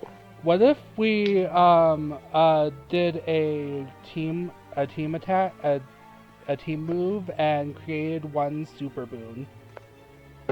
Oh, Ooh. Oh, that would be pretty cool. I think that would be. Yeah, let's do that. I mean, that would But we need to get the theoretically Cornelius. be like a dual tech boon. a quad tech. Yeah. A boon that makes it makes it so that Quasi-tech boon. our minds are connected and we can do team attacks. We can do team So attacks do we- anyway. Do we need Yeah, to no, be but we next can do to team Cornelius attacks as to do one this? Team attacks as like one action and also like from any distance. Okay. That would be pretty good. So I'll get a little closer just to like make us a little more evenly spread out. I'll go 1.5, 3, 4.5, 6, and I'll be right here. And I'll set up to establish a team boon with my friends.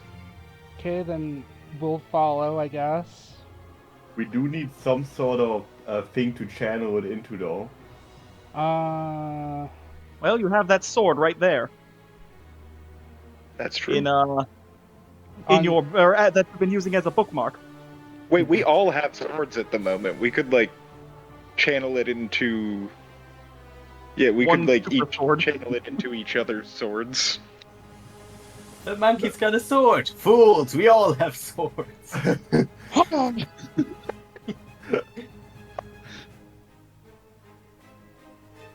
That should be correct movement.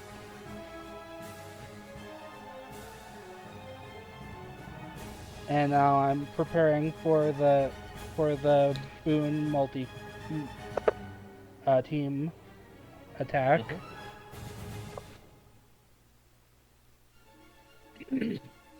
The really cool boon of team attack. So that will be both Androcles and Basil then, Mm-hmm. and second commander. Let's double check our movement. Right. Okay. 1, 2, 3. 1, 2, 3. Okay. Elena. Okay, yep. Oh wait, Elena- And Drocles, was there any way to use your new thing, by the way? I don't think you were along the Oh, right, edge of start of the thing. combat happened. Oh, right. I guess I'm kind of okay with where I am now just because of what we're planning on doing. I would have probably done something else, but we'll just stick with this for now. Yeah. Or, well, Keep it going. Eleanor joins in with the others, but quick question, is Eleanor like visible to her teammates or... Does she Yeah. need to be to grant divine providence? Okay, she's visible. For them at least. Also, it's a good way to spend more turns to get more damage boost, so... Yeah. Eleanor's Alright. joining in. Teamwork. How long have we been fighting? Can we say it's nighttime now? No, I'm kidding. D4 at the start of combat. That would be, if we fight that long, we would have lost. It is the longest day of the year, and you've been fighting This for is like maybe a few hours. Dang, this day is 48 hours long. Dang, it's been days since like 2 weeks. Okay, so that's Elna's turn, so our team attack should total less. Yep. Roll your d20s. Let's see what kind of boon you can manufacture.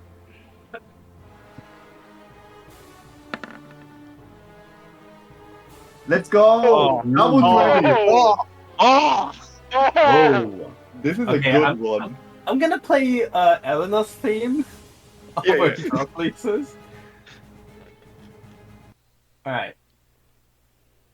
So you two get like the main effects. Like everything is built around whatever you can come up with. So you two start with your base idea, and then Basil can add to that in some way.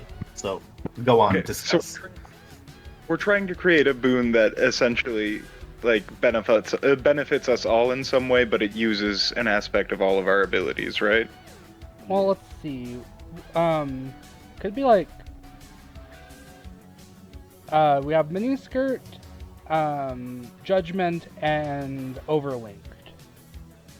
Yeah.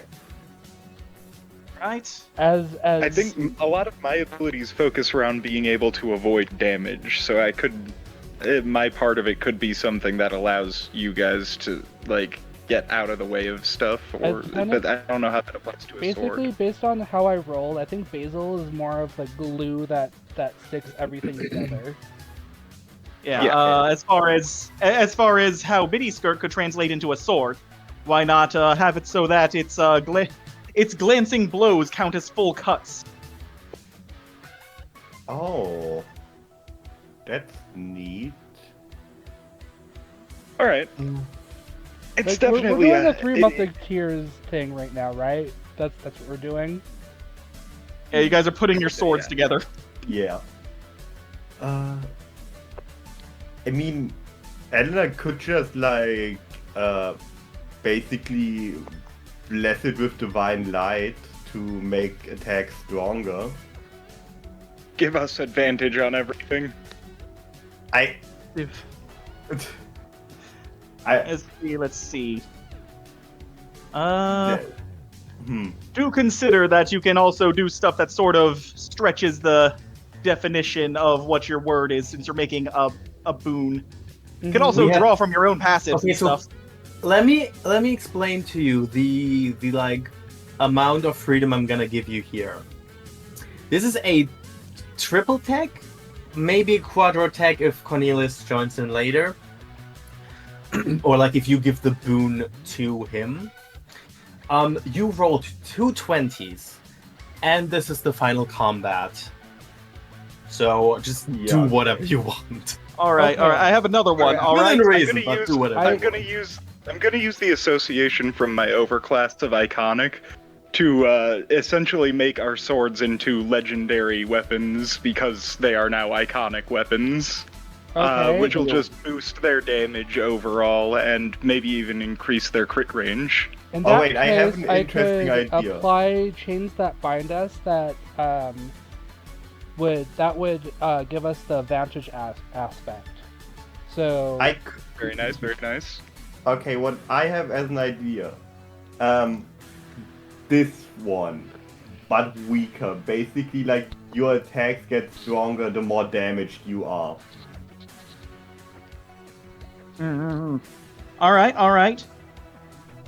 I was also thinking, if we're kind of doing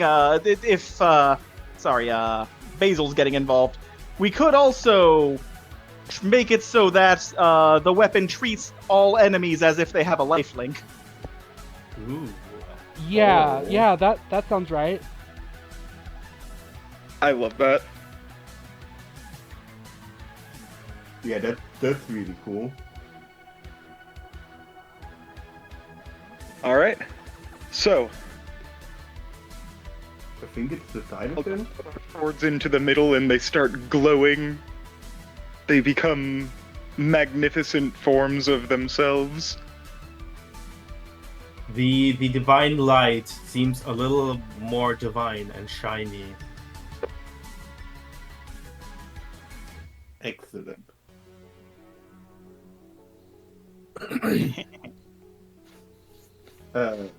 Should we like maybe pass the turn to Cornelius to see if like this becomes a So core what exactly what object are you infusing exactly?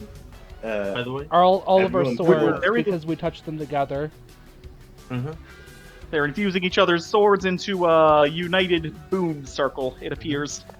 Alternatively, they could We charge could one bring sword. And the idea, I think, was also we could bring Cornelius into it later by linking swords with him as well. Oh. Yeah. Yeah. Okay. We're basically becoming a unified front. So I'm gonna say this much too.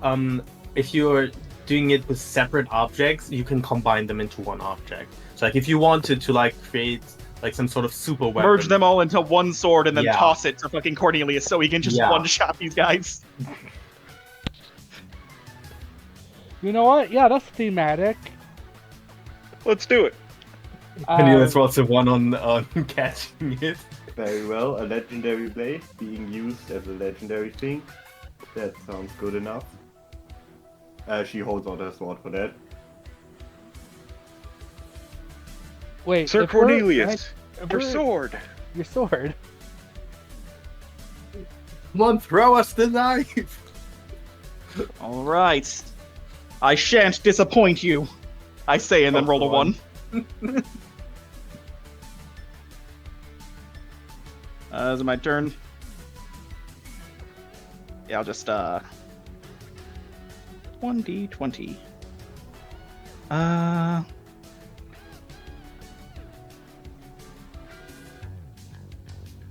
Part of me wishes that I could quickly link up with Basil so I could get a massive plus on this roll. Actually, I have an idea of basically spending my turns to basically add a single boon. Basically doing a thing where if you're within 25 feet of another character, they gain any boons that they have received. You mean And like if a that's, boon link? if that's, yeah, boon link. Mm-hmm. That would be a pretty good one, albeit the life link on the enemies would be superior. Well, no. So the lifelink of the enemies is on the sword. What I'm thinking of doing is creating a boon of my own solo later. Like a gotcha. Yeah, no, that checks out. All right. Well, I'll just roll this d20. Come on. Yay! Then. Hey, that's just average enough to fucking win. That's gonna work. Yay! Step, catches the sword overhead, grabs it with my other hand, fucking just brings it down on the unnamed. I'm sorry, my friend. Quite an interesting. Hold on. Let me actually wait until you roll for that. Or is the 10 was to catch it, right? 10 was to catch it. Want me to roll the swing? Yeah. All right. Roll to swing. Mm-hmm. That works. So bring the blade down. He says, sorry, my friend. The unnamed just looks at the blade. What an interesting way to die. And I deal all of those unarmed damage, or all of those basic attack damages put together, or something like that. yeah, something like that. Jesus. On this particular one, though, Okay. Well, Doesn't it you also have, treat you them have like the they have a life life link on it, though. It Yeah, so the Supreme Commander the Supreme Leader and Second Commander take about as much damage. all right, then we should actually consider how much that is. Okay, so everyone tell me how much is your... That's 50. plus Excalibur, Hey, can you or put it in Excalibur chat? is 40. Everybody put my it in book chat. is 30 plus 40, so it was like 60. Oh, 30 plus 40, 60. Okay, and then Rude had 50, but they critted, and Mammoth had 50, but they critted. So, 260 damage 160. plus Okay, plus my Excalibur for an even 300. Okay, 300. Okay.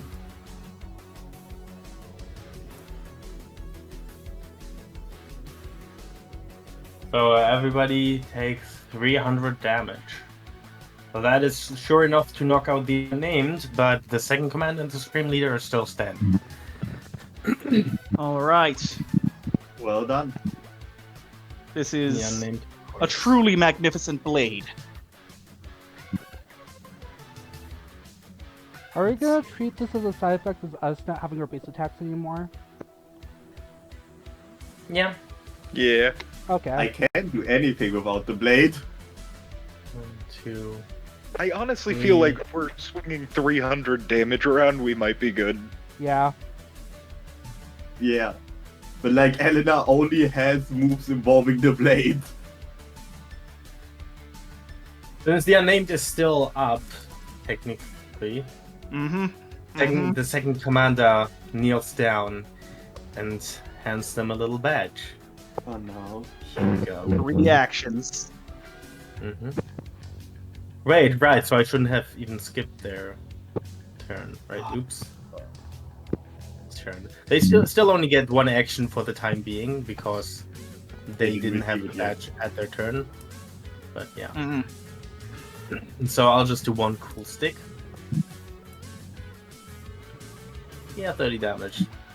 Bonk. Oh no, Cornelius, that's so much damage you took. I fucking die instantly. It's over. You're perma death. You will Perma I never zero. tell know. you this was I'm like mortal a again. roguelike? Oh no. Cornelius has to start over in a new character. Oh man. But hey, we can get some buffs for the next one, so Oh no, and he took all your basic weapons with him. Okay. Oh man, guys. So like, the sword that Basil used was a version of Excalibur, wasn't it? Yeah. yeah. I have just the bullshit idea. Okay. Alright. Just whenever it's my turn. So that's the one action that the unnamed gets. Then it's Supreme Leader, and actually the second commander doesn't even come up yet. So 1, 2, 3. I was still going by the logic of they all share a turn. So actually the Supreme Leader just moves in. Not really able to reach, right? 1, 2.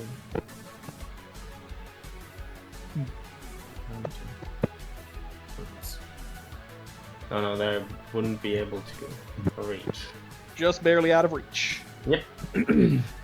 So, Androcles. Alright. I'm. If you guys want to hold off, and if you guys want to move over here and then hold off until my next turn, I've got a present for you guys. Alright, well, I'll start off like this. 1, and then as I'm moving along the edge of this cliff, I'll do half movement, so 2, 3, 4, and then I'll go 5, 6.5. Okay. And then let's see. I think Cornelius wanted us to hold his turn, to hold our turns. Do you want? Yeah, is that something Yep. you want? I've got Alright, a- I'll hold my turn. I've got a fun and interesting idea that I think the GM might enjoy. All right. Let's do it. I hold my turn. I do not think I can get there with Wait, the ability to but hold my before turn. I turn though, Cornelius, would it be disruptive for me to put up a wall in front of either the second commander or the supreme leader? No, because they're life linked. Okay, well, in that case, because the second commander's the one with ranged stuff last I checked, I'd like to use a bonus action to put a drawbridge in the closed position, moving like this. Yeah. Hmm. And which side did you want the close to be? This or Like this. Yeah. All right. You know Cool. what? Actually, Very dangerously close to me. if you don't need my my turn, because like Elna can't make it there right now, so we'd be But you could.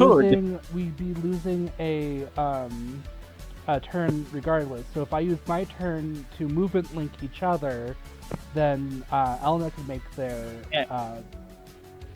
on Yeah, Movement you, action you could move control. forward, and then Elena could move, and you'd move with them. yeah. Does setting the link to a type cost your action? Yes. All right. Alternatively, Well, in that case, I think that's a worthy sacrifice. Alternatively, I could. Oh, wait. I have a better idea. I mean, you could infuse that as an action, then use your movement to move, and then Elena could dash, and you would both essentially move by 3 movements. No, I have a better idea actually. Mm-hmm. Something I just realized with my passive. Oh wait, no, that doesn't work. What were you trying to do?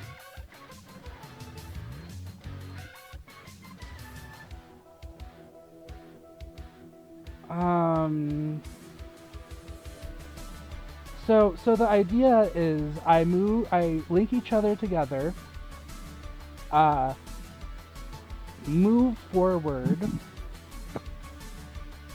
and then swap with Elena using my pilgrimage, and then return from pilgrimage, but then that wouldn't really accomplish anything because then we'd swap and then swap back again. Yeah. Mm. But another idea, because wait, no, I can't do. Wait, I can infuse 2 links of the same type now, but that would lower my movement by 2. Don't you have infinite links right now anyways? No, that Nope, overclass ended. That Oh, combat alright. ended. It's a brand new combat, though. We gotta just make it to turn 5 before we can start really overlinking. Mm-hmm. Also, would the nat 20 from that boon have counted for proficiency, just as a note? I mean, yeah, you actually, yeah. So, Alright, then Helena and I would both... yeah, both of Gain you a would. single point of proficiency, baby. This is At you never 118. tactical. Do you get anything new from that? I'm at 134, so not... Okay. I'm almost there. Unfortunately, you've already used up all your 20. That's true. Yeah, but I everyone's having a can't good possibly time. roll another. Man, if my pilgrimage wasn't once per turn, I'd be able to get us both there without using the action. Damn. The question is, whose actions are more valuable, mine or Elna? Depends on what Cornelius wants to do. Oh, Everybody's action is equally valuable with what I'm about to do. Okay, then But I just, think Elena would like it more. all right, then I'll use my action. if Elena is supposed to attack, then Elena like has the boost from being invisible, so Elna, I cannot see you. Could you touch me real quick? Yeah, Elena touches Faithful. Okay, and we're now linked.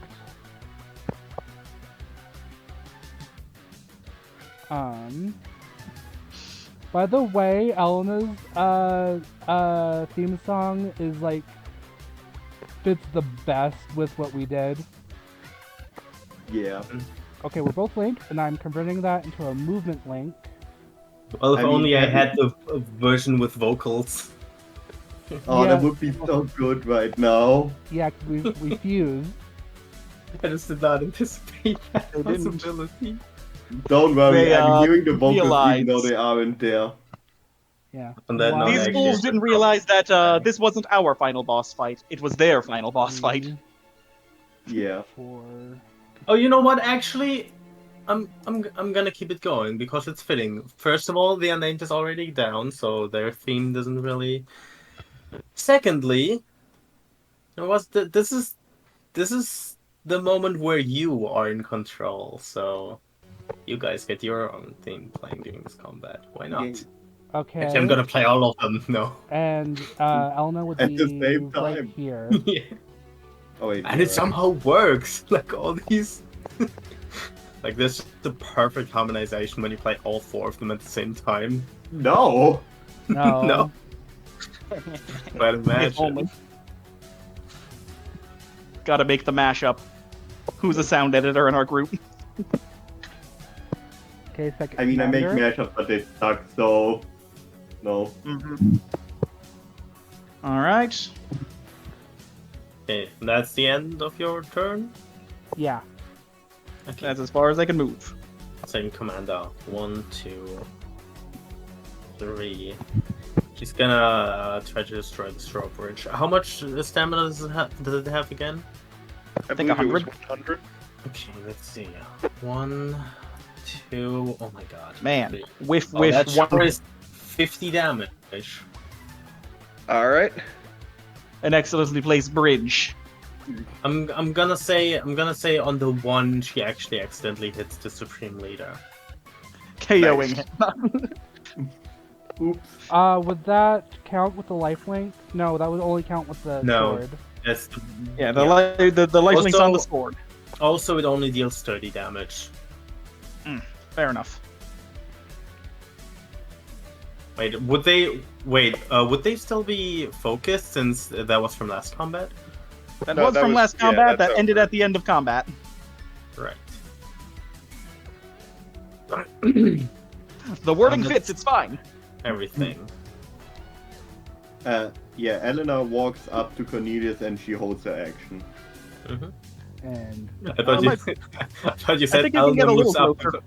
Alna moves up to Cornelius and holds her egg. Just she has a random egg. Egg. Just suddenly out of nowhere. An impressive specimen.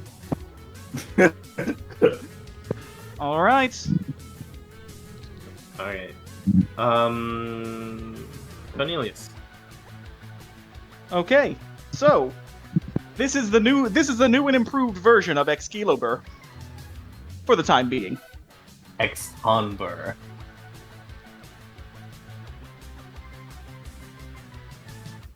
All right. So, Expoundbur. We're not using the Oh, magic system I anymore. see. Oh, because it's a copy of your sword.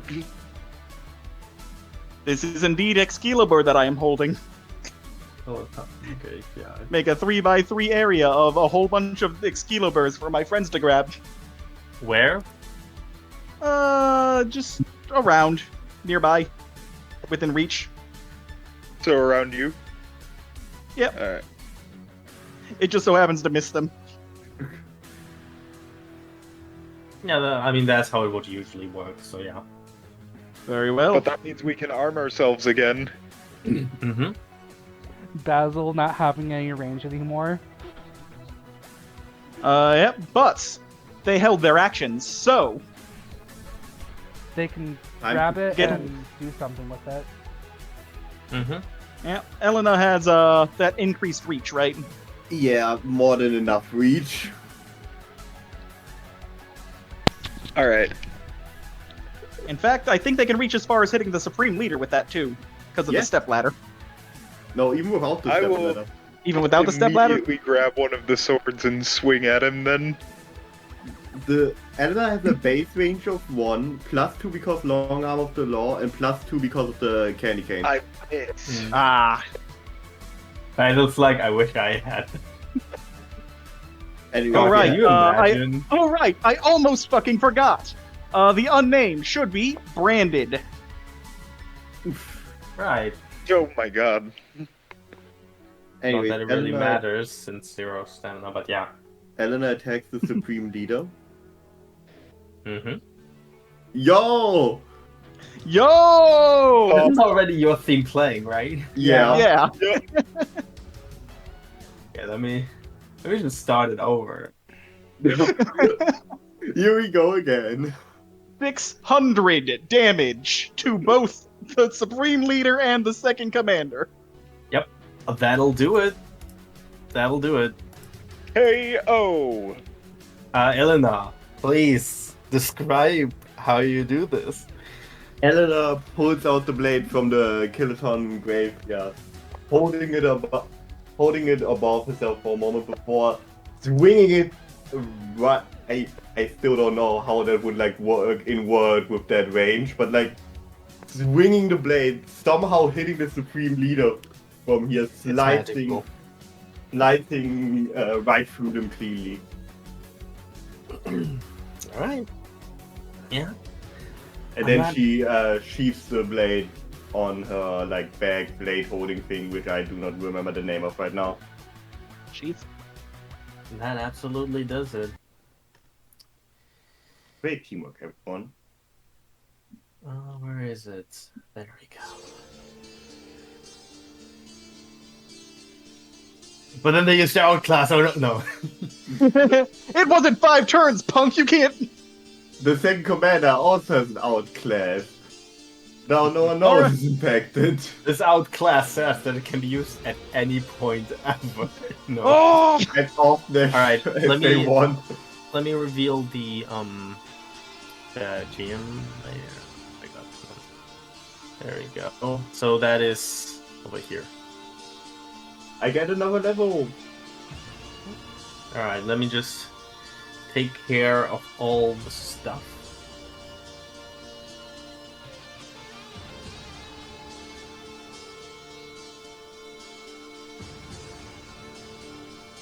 The Kiloton Graveyard goes away.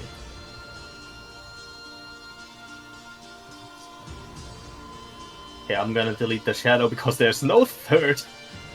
There's no Okay. third. You. Don't worry, No I'm not a thirds. total dick. It's like a Kirby boss. It just doesn't stop. I just Second, I just- second form loser. hope this was still enjoyable though. It was. Oh yeah. It was very enjoyable. Absolutely baller finish.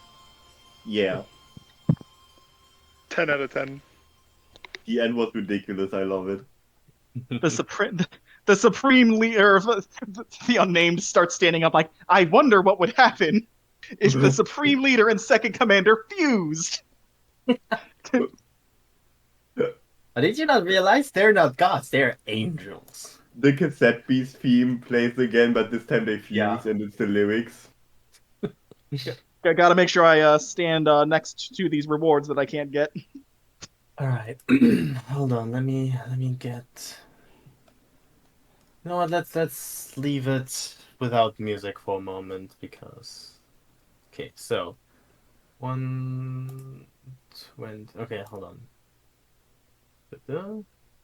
Okay, so that's Elena. Next up, you all are fighting the sun. Ooh. You know, all of these upgrades are just, they don't matter, but, I don't care. new talent, a jury of peers. If you haven't attacked in this combat yet, all allies gain the base effect of innocent until proven guilty, meaning a non-increasing negative modifier to all attack rolls against them.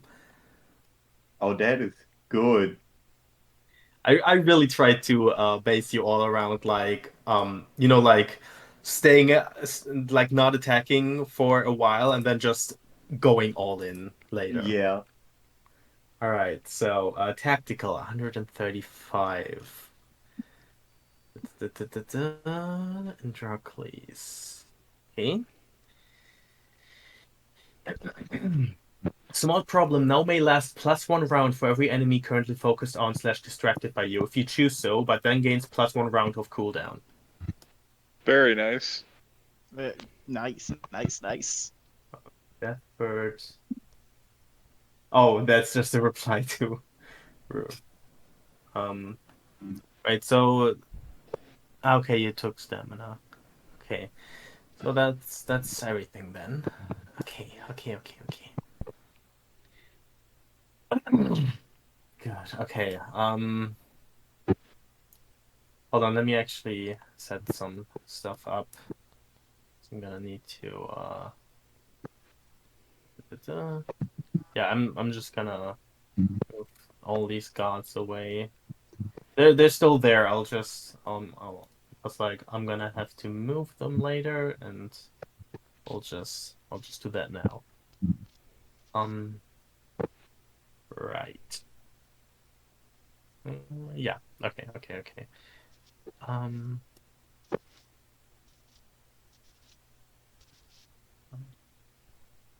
Where's the? Oh no, where's the notes? Today. Oh, that there. I'm sorry. It's kind of important I get this right. And there's a lot going on. Yeah. Okay. Oh. Okay, now where's that? There it is. Suddenly, a gentle voice calls out. You did it! You turn around to the nighttime watcher and all the benevolent gods who empowered you with their boons approaching. You are truly powerful, and I'm happy to know that unlike these malevolent gods, you are determined to use it for good. And she glances over at the unnamed and the daytime warrior, who, still there,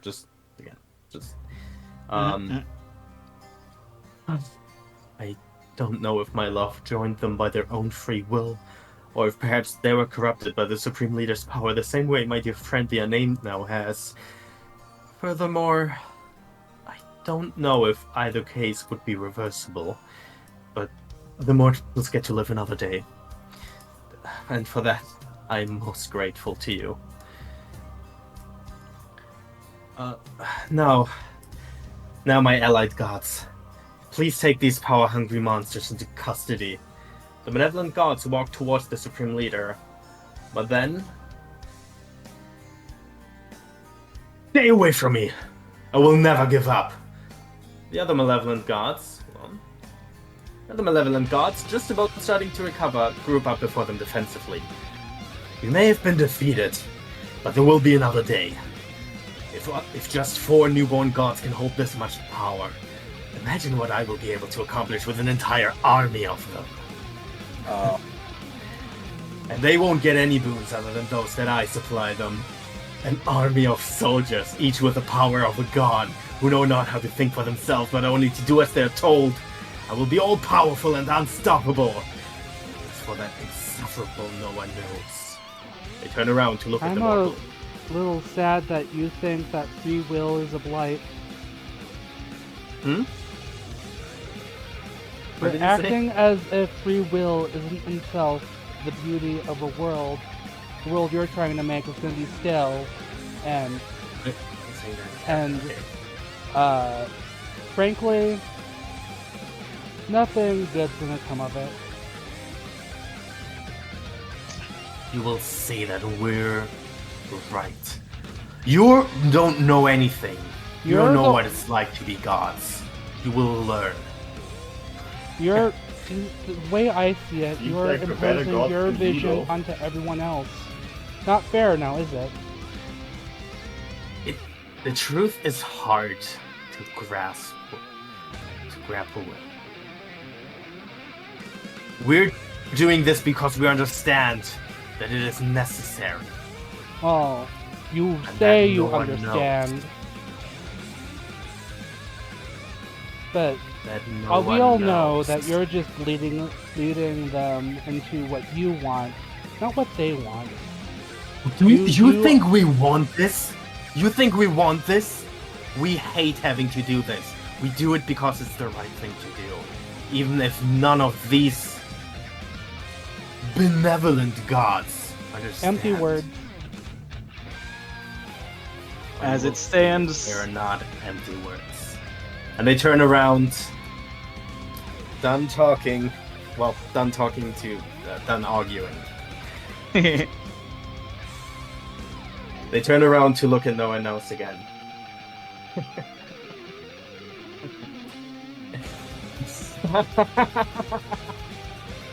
I have just the perfect punishment for him. A curse that will rot his core word away.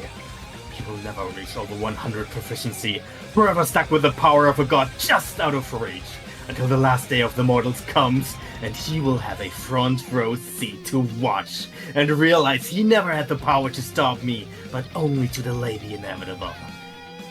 The decaying remains launches their overclass, as no one knows. Let me get that real quick.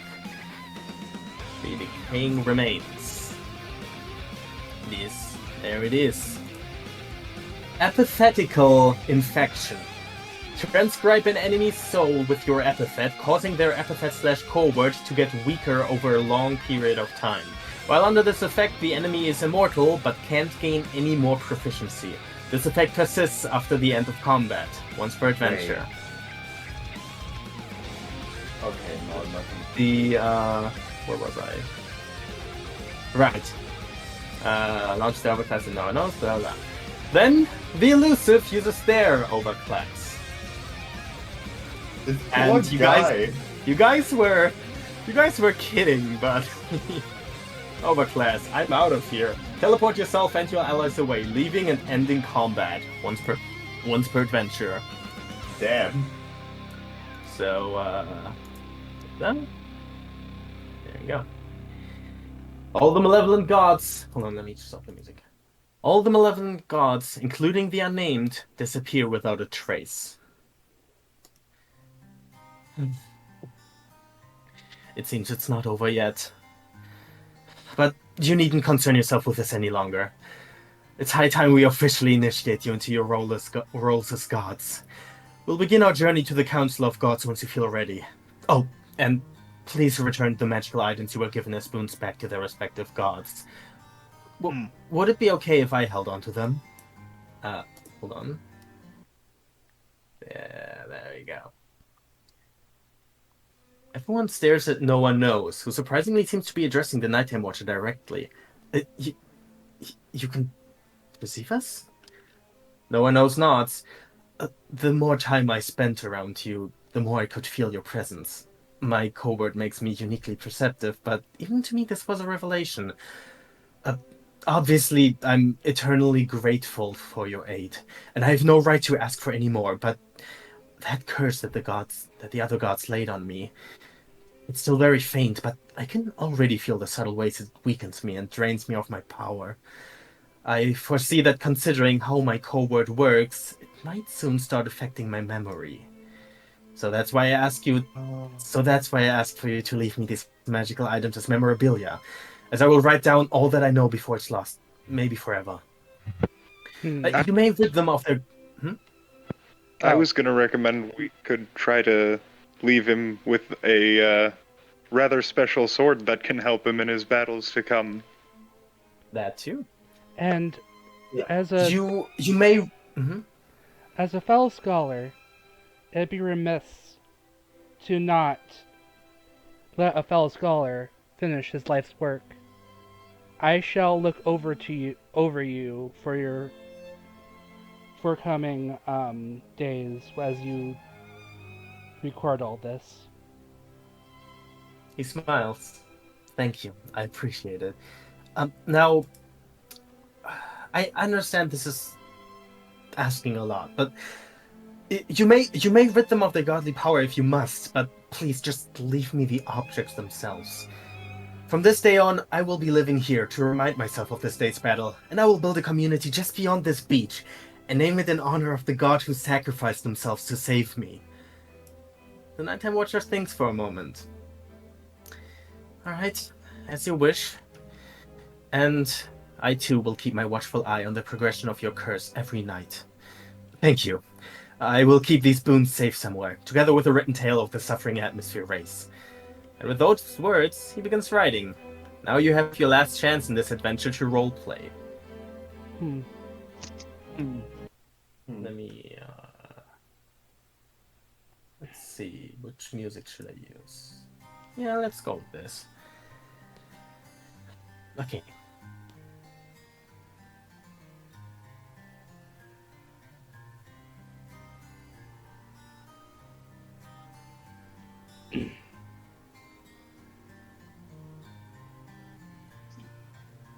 You may roll. I plant the sword firmly by his feet. And for one who fights the longest fight, a blade of promised victory. He considers for a moment, and Are we sure that isn't too powerful to leave in the world? What if someone else gets their hands on it? As Well- no one knows that, you may rid them of their power, just as long as he may keep the items themselves to remind himself. Yeah. yeah, I detune the power of Excalibur, I suppose, which sort of causes the enchantments to fall apart It still keeps its as it form. becomes just a gleaming golden blade. Wait, does Too Elena brilliant to not- look at. No, does Elena What does do not we- have a weapon now? Does Elena not have a weapon at all still? We can make more. I materialize another Excalibur. This is the fine replacement for now, I guess. He's very And much we're upset immortal because now. that sword meant a lot to her, but it's better here than. Tis another blade once wielded by a god. If the day ever comes that you need to take this weapon up against your godly foes, then we may be watching over you, and we may be able to come in and enhance it in the way that it once was. Indeed. At the very least, Ah. I will be around.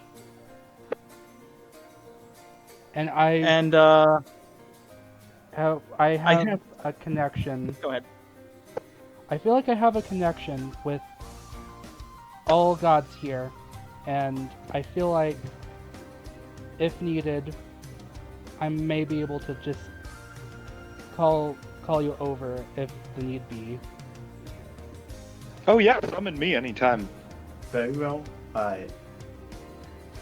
And I offer Is my that something- services I in will- return. I will be too busy for that, so I will just teleport me or whatever. Look, I'm always ready for a good fight.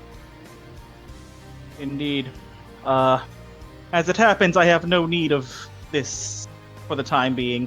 I pull out that crown that I never gave to anybody, and just kind of pass it to Noah. If ever you find the need to fight the most powerful beings the universe has to offer, simply don the crown, and your loyal knight shall arrive post haste. He he looks at the crown and he takes it. Thank you. I greatly appreciate this. And he looks at the crown and then he goes back to writing everything down. Avocado! Thanks! Cornelius lets out a breath as though the fucking burden has been lifted off his fucking soul.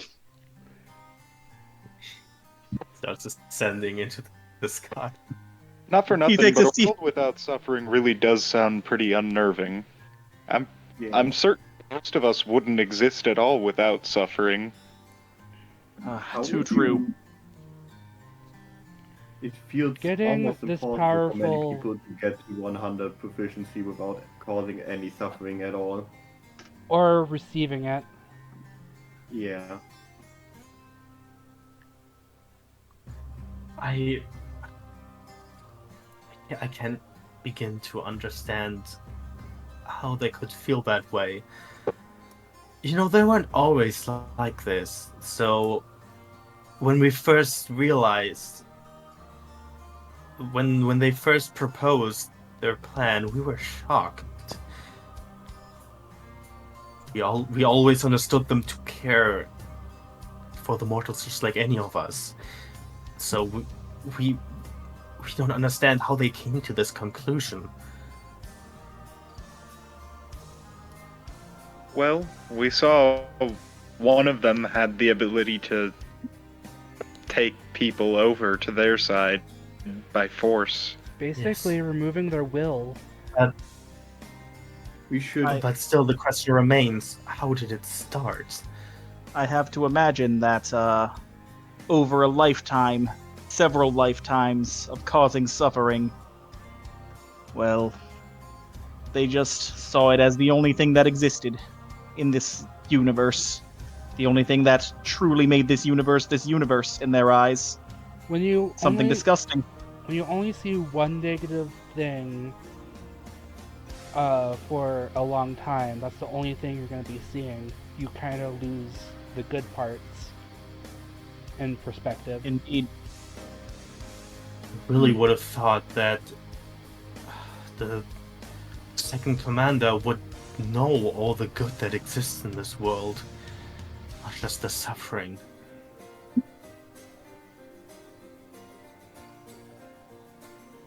Suffering tends She to be thinks. loud.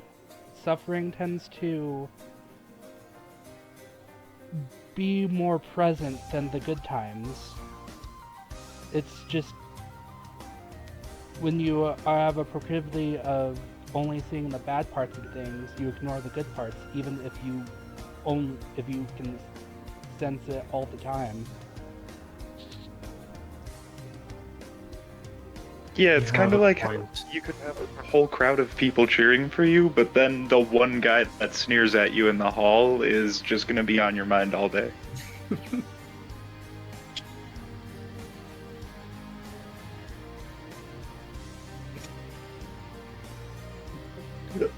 Yeah, remember the knight statue that was here in Line Beach Limit? That was...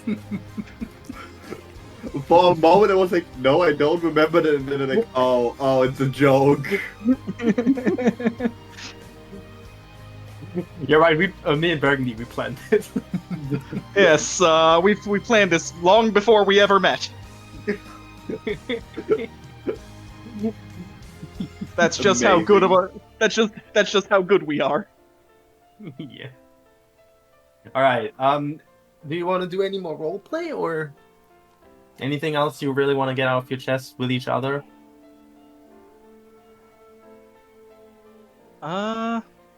Cornelius is going to take a break. No. I was gonna say, I'm The Dennis still, benefactor joins you. I'm still just very mad at you, Cornelius. I just want that to be on the record. We still have beef. How dare you announce my epithet? That was dirty. You should not have done that to me. We were friends. I agree. If ever you want to take your revenge, feel free to come to me for another bout. Albeit I You and me promise I in won't. the ring. My old stomping grounds. I do promise you I won't be good sport. And then we can have like wine afterwards. It'll be cool. Sounds wonderful. Do we What was the generous wanna- benefactor talking about? Oh no, the generous benefactor just joined you for the nap. Ah, Okay, this might just be bothering me, but I wish the nighttime watcher and the overcomer would be switched so it's sorted by color. Oh, I can do that real quick. Thank you. boom, And boom. there Roy we go. G. Div. This Let's is go. satisfying. This is perfect. Take a screenshot. Guys, is this real? Is this happening? Rare event? They Sentai pose. The idea was that of course that the nighttime watcher is in the middle, Yeah, no, I understood that. and then the others are in order of I think it's an alphabetical order. So Oh. not counting the so no actually no, hold on. No. This is the order in which the boons are, maybe. Hold on. I need to find that out now. Okay, boons. Like, I had an order. It made sense. Oh. There was an organization pattern. Oh, you know what? It should have been like. Actually, hold on. Why are they completely the wrong way around? This is the alphabetical order minus the nighttime watcher. Oops. Actually, that is... Is That's alphabetical order. G A-G-N-O-P. O E. No, the N doesn't count. She's just in the middle because she's you know, she's a character, and the others are just, you know. Yeah, that's true. That's true. I'm just like that. But N in nighttime does come after G in generous and Okay. before O in Overcomer. the other one. Okay. Overcomer. That one. All right. So, is there anything else in terms of roleplay, or do we move into the epilogue? I kind of want to know what each player thinks their character's job is gonna be. Right. That's important. Yeah, Elena is pretty much gonna continue doing what she did on the adventure, like help models with the prayers and stuff like that. That's effectively what Basil's doing, except he's guiding scholars to their magnum opuses, basically. Oh, I know in what order they were arranged. They were arranged in order of me making the icons. Oh, I would have done So it. I made the generous benefactor first, then the ascended, then the precise huntress, and then the overcomer. I love that the checks out, that Ascended. checks out. The Ascended looks so funny. I In a good love way. her too. She I can go into a bit more detail afterwards, but her design is kind of a little bit different. There's like a story to. Actually, a lot of these have like a story to them, but like okay, but actually, do you like how the precise huntress has the lion head Mm-hmm. from like Yeah. Beach Limit? Yes, The li- it's amazing. Mm-hmm. Too strong. Too strong. Not the lions, not Anyway, again. Androcles and Cornelius. Yeah. I Androcles would be going just around the world out onto like the outskirts of society, ideally searching places that have like fighting rings or even full-on coliseums, and just scouting new talent, trying to find people who are on the path to getting to 100 proficiency, and then trying to meet them at the start of their journey like the Unnamed did for him. Oh. And I think Cornelius has had enough serving people for the time being. If anybody wants his blessing, they can come to him. He'll be sleeping. Until he's needed. And All right, thus into the the- iconic Lion Beach Limit Night statue was created. Yeah, no, that's literally just a debris that has wrapped around him that happens to be visible. The Sleeping Night Shrine. No, I love that idea of like I'm just gonna like nod, but also within the like logic that the God Society works, that would, you know, I shouldn't be talking about this just yet because it's spoiler, but you know what? Let's treat this as a tease for upcoming stuff. That would technically make you oh god, what did I call him? Let me go to Discord real quick. I told Chow about this. Let me just really quick. I think you teased something like this also in one of the post-session talks. I don't know if I teased this especially, but maybe I mentioned this because I remember I caught myself off from explaining benevolent and malevolent gods a bit too thoroughly, and so maybe that was because I was going to like the. Let me just. Yeah, you probably mentioned it because I think I know what you mean. Like you didn't go into detail, but you mentioned it existing. Disney, right? Right, the disgraced gods. Yep, So, there we go. You mentioned that. yeah, congratulations, Cornelius. That would make you a disgraced god. So be it. Into the pit with you. Honk, me. Honk. Me. I like to think Oh, good. Like that- I will absolutely help the benevolent gods. It's just I'm not making that my full-time job anymore. I've served my fair share of lieges. The nighttime like watcher to puts a hand on your think that- shoulder. We understand. Yeah. Mr. Krabs! I'd like Fucking to just think shoots that him in the head. that at least Basil at least visits Cornelius like regularly just to hang out. I don't know as well. Just I bugs. feel like they should meet up every now and then, like here, where Cornelius sleeps. Cornelius's rest. His Yeah, eternal Excalibur graveyard or Kiloton graveyard. Androcles shows up once a year just to start another fight with with Sir Cornelius. That's Or why unfortunately- the weird spots were here in the ground in Lime Beach Limit. That makes sense now. Unfortunately, making it so that Androcles was canonically the god of miniskirts. And will I could have forever made it be. through this whole adventure without anyone knowing. God. I imagine just like like 800 years from now, Androcles like bursts through the door. Holy shit, guys! Guess what I just found out. And he throws like a miniskirt on the table. These things are They awesome. finally invented a piece of clothing after me. Invent a piece of clothing up to me. There's a brand of miniskirts called Androcles. Oh my god. Skirts for men. Do you know they make I'm gonna miniskirts cry. for women now? It's so beautiful.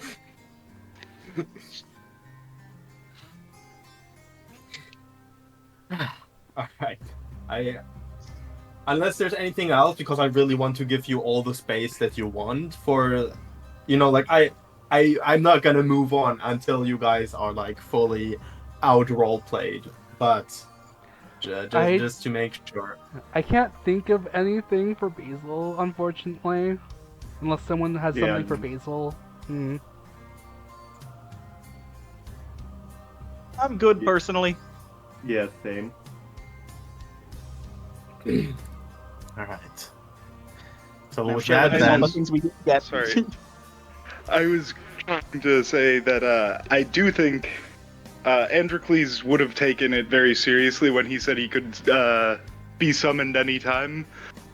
So he's definitely, I don't know how often Basil would be calling on him because he's not helpful for a whole lot other than fighting, but he is he's in contact with Basil pretty regularly, I would say, especially since he's scouting new gods and would likely want Basil's help at some point with that as well, because let's be honest, he's not going to be the best guide.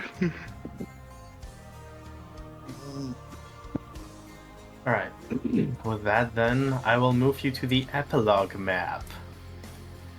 Epilogue map. And let me change the music and let's make real sure. This is important that I get this right. This is what I was worried about in terms of Music timing. thing? So, yeah. All right, Let me- Jumpy, you got this. We believe in you. I'm just gonna knead the floor right now. This is a bit complicated. I practiced this, but okay. And so, in the nights that followed, the Creed of Decrees, under the supervision of no one knows, begins construction of the so-called Moonlight Beacon. Once completed, it was transcribed by the Nighttime Watcher and turned into a sacred boon protecting the atmosphere against the power of the sun. The Creed of Decrees called in several ancient pacts it had made with the creatures living around the beach. The fish, the whales, the ducks, and the most powerful of all, the seagulls, all swore to protect the Moonlight Beacon from then on. No one else keeps his promises to the Nighttime Watcher. He builds a nearby community and calls it Unnamed City. He dedicates his life to protecting the world from all suffering that he can, and write down all he knows and continues to learn before he forgets. And as the Nighttime Watcher tells him many years later in her final message that he is able to comprehend and write down, the gods have given him an honorary title, which is the Observer. With that, Sis Shredder's concert is over. Oh, here we go. The crowd, which had been dead silent and on the figurative edges of their seats, now bursts with applause. Only the Observer still sits in his seat, motionless and utterly confused. Just so much did I forget. And that's the end of this adventure. Holy shit. I love how much I love that the light tower isn't like actually a light tower, it's just like the thing to stop the apocalypse. Yeah. Don't point it at the sun, it will take it as a challenge. That makes so much sense now. Also, Unnamed City. I don't know if any of you were aware of that. Did you know that while making this? No. The name Unnamed City, as I've explained many times, but I'll explain it again. The name Unnamed City was literally just a burst of moment panic because we started the first session of Enemy Healing Doe, and I started the narration to bring them into it. So you are standing outside this building and then I realized, shit, I never gave this town a name. So I just in the moment said Unnamed City. Yep, not a very creative name. And now I have given it an actual canonical reason for why it's called Unnamed City. Because it was named after the unnamed. Amazing, I love very that. Also, I don't remember who said it. I think Burgundy, but remember how before the entire adventure even started, one or two of you were in the comments oh, we need a mascot or something who's something like a lion. This actually exists. I don't know if you noticed. Mascot in progress. The mascot of Gods in Progress. And Rue, you might recognize this lion as being the exact lion that was already in here in Lion Beach Limit. The one lion who got away. They just adopted him. Amazing.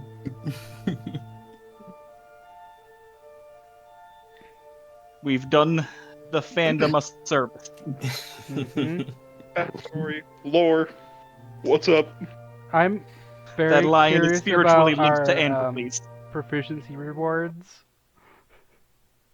Yeah, what did I miss out on because I had my powers? Alright, we'll go through everything. Okay. Rewards and upgrades. So first of all the epithets and code words you didn't guess. No one knows, of course, is experienced, since I can finally say that he is the Observer. The If we would Supreme have Leader. guessed that at an earlier point, that would have been fucked up. Oh, right, Yeah, the I mean, Observer's you a would've- Mundi. His proficiency was drained to 0. No, it is at 100, but it is locked. But there. he can't die. He cannot die, but he also cannot become a god. And over time, his proficiency stays at 100, but his covert weakens. So his experience goes away over time. And so does his ability to gain experience. So that's why he's dumb now. It all makes sense now. It all checks out. I love how he's I just did a without thinking about it with Basil looking over No One Knows, is that he's effectively looking over the observer. And I remember earlier saying Oh yeah. Oh. Me basically going, I created the observer, and then going, uh, you could be like my champion or something, and yeah. That's what happened. So here's the full Basil is a god of knowledge, timeline after all. of the observer. First, no one knows. Then the in-between state, where you can notice his sensory organs start Bald. Bald. shrinking. Yeah, as he like essentially rots. He's basically like a corpse in a freezer. So Fucked up. he's like preserved, but like rotting on the inside, basically. And then here for Lion Beach Limit, he gained glasses after he realized that he kind of needs them. Can't see very good. All right. The Supreme Leader and the Second Commander. Those words are technically already like out there because of retired Democratic Youth. But the Supreme Leader's code word is Governor. Oh, right. No one knows would have given 3 proficiency. The Supreme Leader 4 proficiency, and the Second Commander also 4 proficiency with Ministry.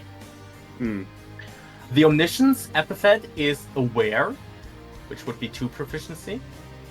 I see. And that's all the ones that you didn't get, actually. All right. Oh, we got a pretty good sweep. Now let's go to the upgrades. Let's start with Androcles. New talent, Heroic Sacrifice. When you reach 0 stamina, all enemies become both focused on and distracted by you for 1 turn. Oh, that's great. That's good.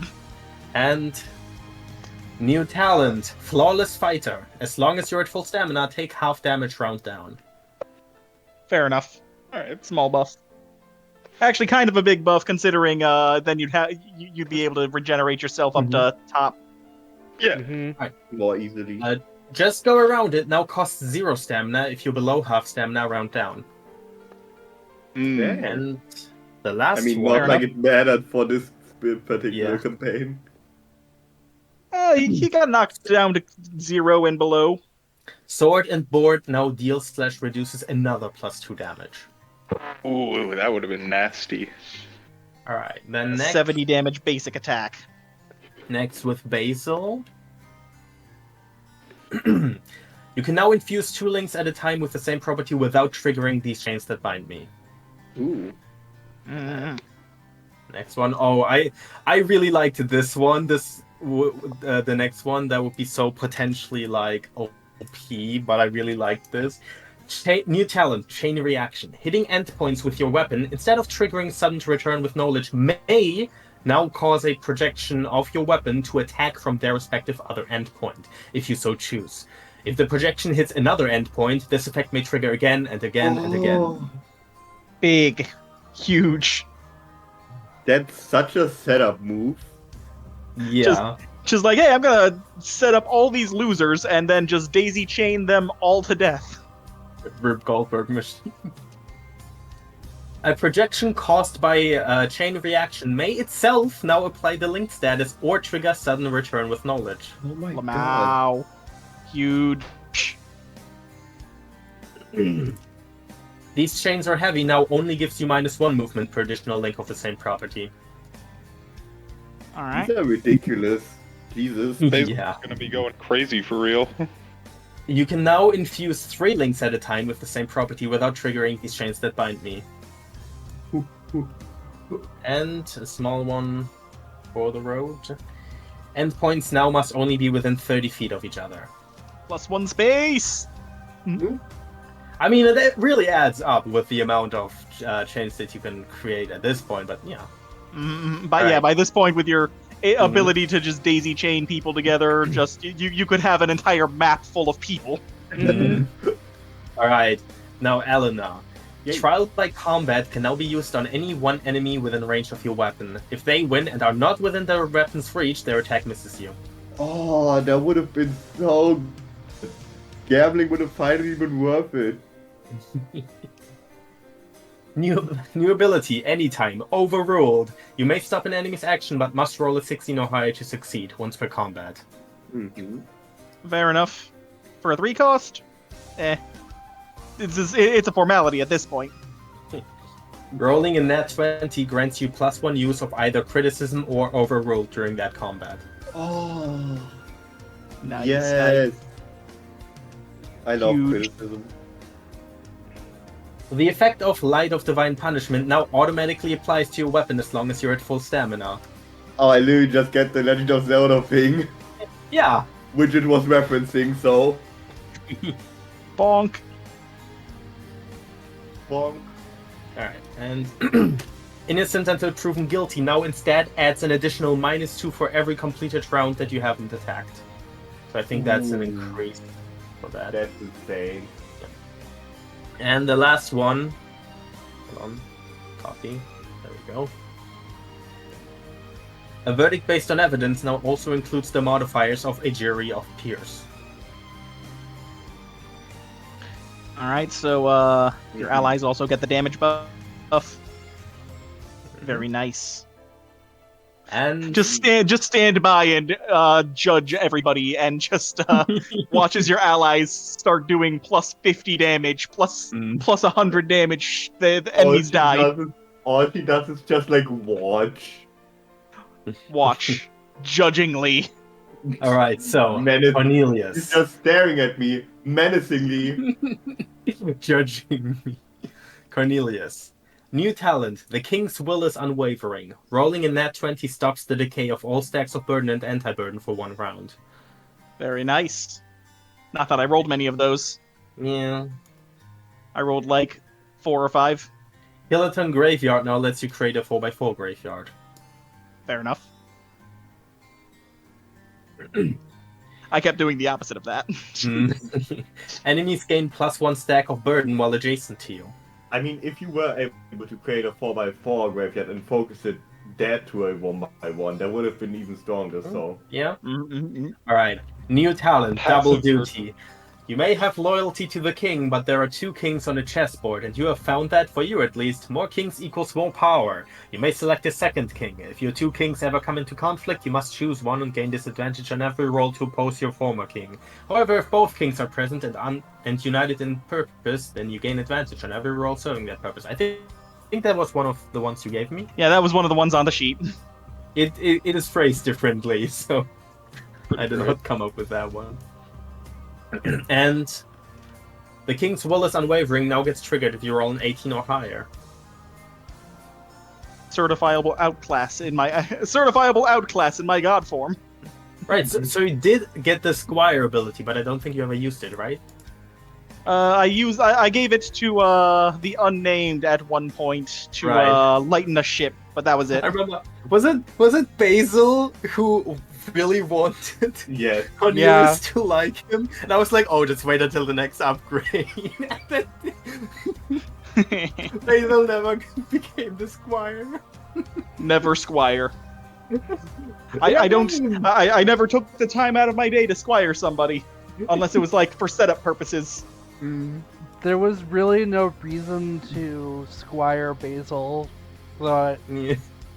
Especially since they were only adjacent like maybe 3 total turns the entire campaign. because Alright, I don't think there's. because I kept on being really high in the sky. Yep. Honestly, Also, we should have taken. Basil to be the squire, because I'm pretty sure he was the one being the most heavily considered to become king.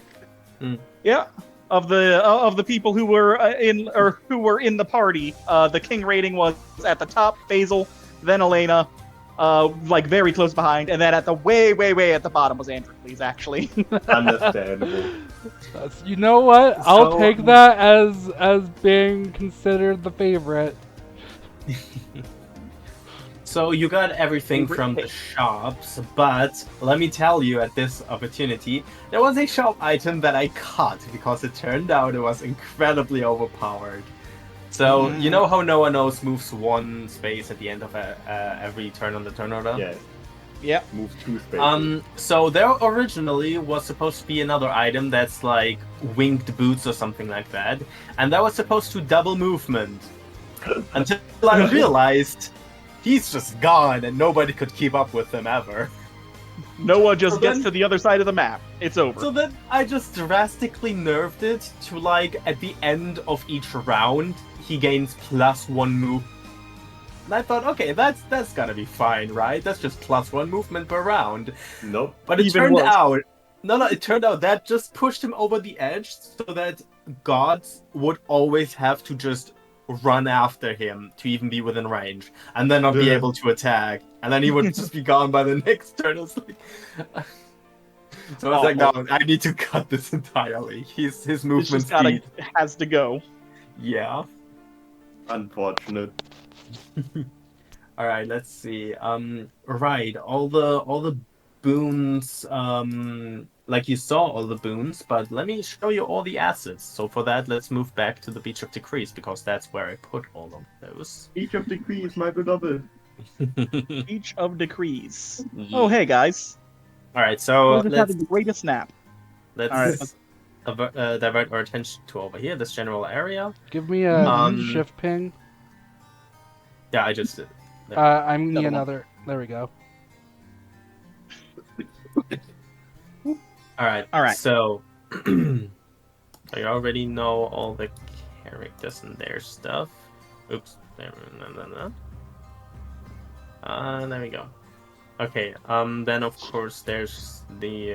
We'll get to that later. Well, that is a moon that you could have summoned. This can use was used for multiple things. It's also the boon icon, and for some stuff that she never got to use. Okay, but let me actually show off again the boon of Generous Benefactor. Which one was it? Self-rewarding wanted poster. At the start of combat, roll for a random enemy to be marked, blah blah blah blah blah blah. Heal 30 stamina for every instance of damage you deal to them. When the enemy reaches 0, you heal for 10% of the max stamina, run down until another enemy gets marked. So, here's the icon that this would have been. Just If you zoom up to it, I'm gonna move it I away see from the name wanted tag. poster. Yep. And the cool thing about that is you can move it over any character. Oh, that's amazing, Absolutely actually. based. Let me move that to front. So whoever you get, Oh, that would have been Wanted. so cool. 80 stamina. And then you get like Super the cool. big one. I love it. I love that. That's so creative. Thank you. Then the Ascended, I'll go into all the characters later. For now, we'll just focus on the boon assets. Emergency ladder, that basically you summon a ladder and you can climb stuff. Which would have been this token. Hey. And Ladder. unlucky step ladder. As a bonus action, summon a step ladder, blah blah blah. Adjacent space can be climbed. The outer 1x1 spaces of its area each function as barriers. Any character passing through the middle 1x1 space gains a -5 modifier on d20 rolls for 3 rounds. The modifier does not apply, blah blah blah blah blah. Must be dismissed, blah blah. Yep. So that would have been this. Ooh. That's a So- cool ladder. I tried to make it as clear as possible which spaces are the ones that function as a barrier. Yeah. But yeah, and then you could move through there or whatever, or climb on top of it. Oh, that would have been Alright. a good thing for like here comes this like as an elevated way of getting the extra height to jump on someone. Yeah, no, but I had the Helmet of High Ground for that one, which also I got from the Ascended. If somebody grabbed this though, Yeah. it'd have been spicy. So, the from the violent top rope, blood, baby. moving on to the precise huntress, the violent blood vial. After dealing damage to an enemy, they leave behind a visible blood trail. Blah blah blah. So You get to see blood. yeah, you guys might recognize this asset because I've been reusing it all the time. Yes, the everything goopy or liquid Mhm. on the floor. This has been Asset. used for the dough in enemy healing dough, the gum in enemy healing dough, and the gasoline in the retired democratic youth. And now blood in suffering atmosphere race. Green Of Is course, green it blood. has. You Yeah, of can course, it has truly the do color everything. of Huntress. Green blood, as we know, is perfectly natural and has never been unnatural. It's non-diegetically green. Mm. Oh, okay. Stylistic choice. Yeah, it's Yeah. just the boons all use their respective color palettes as you see, to like signify who they belong to. Makes Gotcha, sense. gotcha. All right, and then moving on to the Overcomer, who has the most. So many Uh, boons. So the foundational brick that lets you summon the regular bridge that increases movement speed and may go over gaps. That is this one. Damn. That's a Then huge bridge. the crossed ropes that suspension bridge over any gap. That is this, and this is compiled of 3 separate pieces. So there's the beginning, the end, and the middle piece. So I could just put as many middle pieces as I wanted to make this expand I as much should as I have wanted. taken that instead of the whatever it was called that just lets me push people across the bridge because that never happened. Yeah, I mean, we never really had a good opportunity to use the cross ropes. Otherwise, I feel like that combo would have been pretty wombo if the opportunity arose. Alright, then the flag of the fort, which of course you did take. That's the only acid boon that we you really took. used.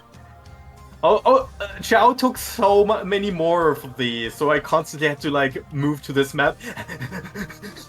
Grab Copy all this paste, copy stuff paste. all the time. And we're just so much more polite.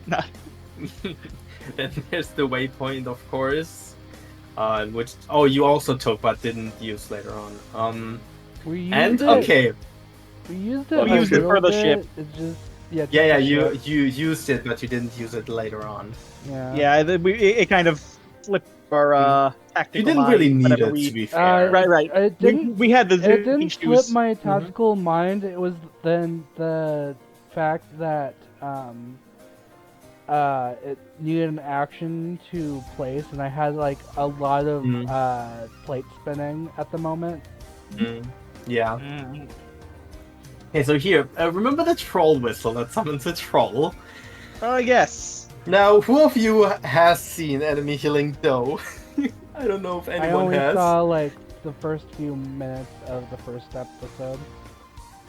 So, at the end of Enemy Healing Dough, I revealed that there were 3 items that they could have gotten at Colin Flipper's game. There was the big barrier, big teddy barrier. There was the pretty teddy bear, and there was the ugly teddy bear. Oh. Oh. Oh. I It's hate the- that. It's the ugly teddy bear, but it's a God, I troll want now. that thing to die. Pain. Why does it look like that? What Because happened it's to an you? ugly teddy bear. Who made this thing? Put it out of its misery. The hands, You expect the it's basically hands teddy are traced from actual human hands. Yeah, no, I thought so. That's awful. Why would you do that? But Why to did you hear give it human hands? I hate that. I hate everything about it. Truly a blasted creature. I'm Be so gone happy from we this didn't- realm. So happy we didn't take that. I did not want to see that. Man, imagine if if one of us took that and just dropped that in the middle of the game, and Rue just spent the next half an hour fucking just like, but why? That would have been my reaction. All right.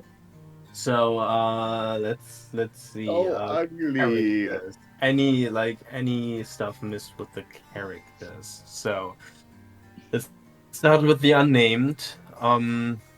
The Unnamed, by the way, was also the first god that I designed, not counting the Supreme Leader and the Second Commander, which I designed before I knew they were gods.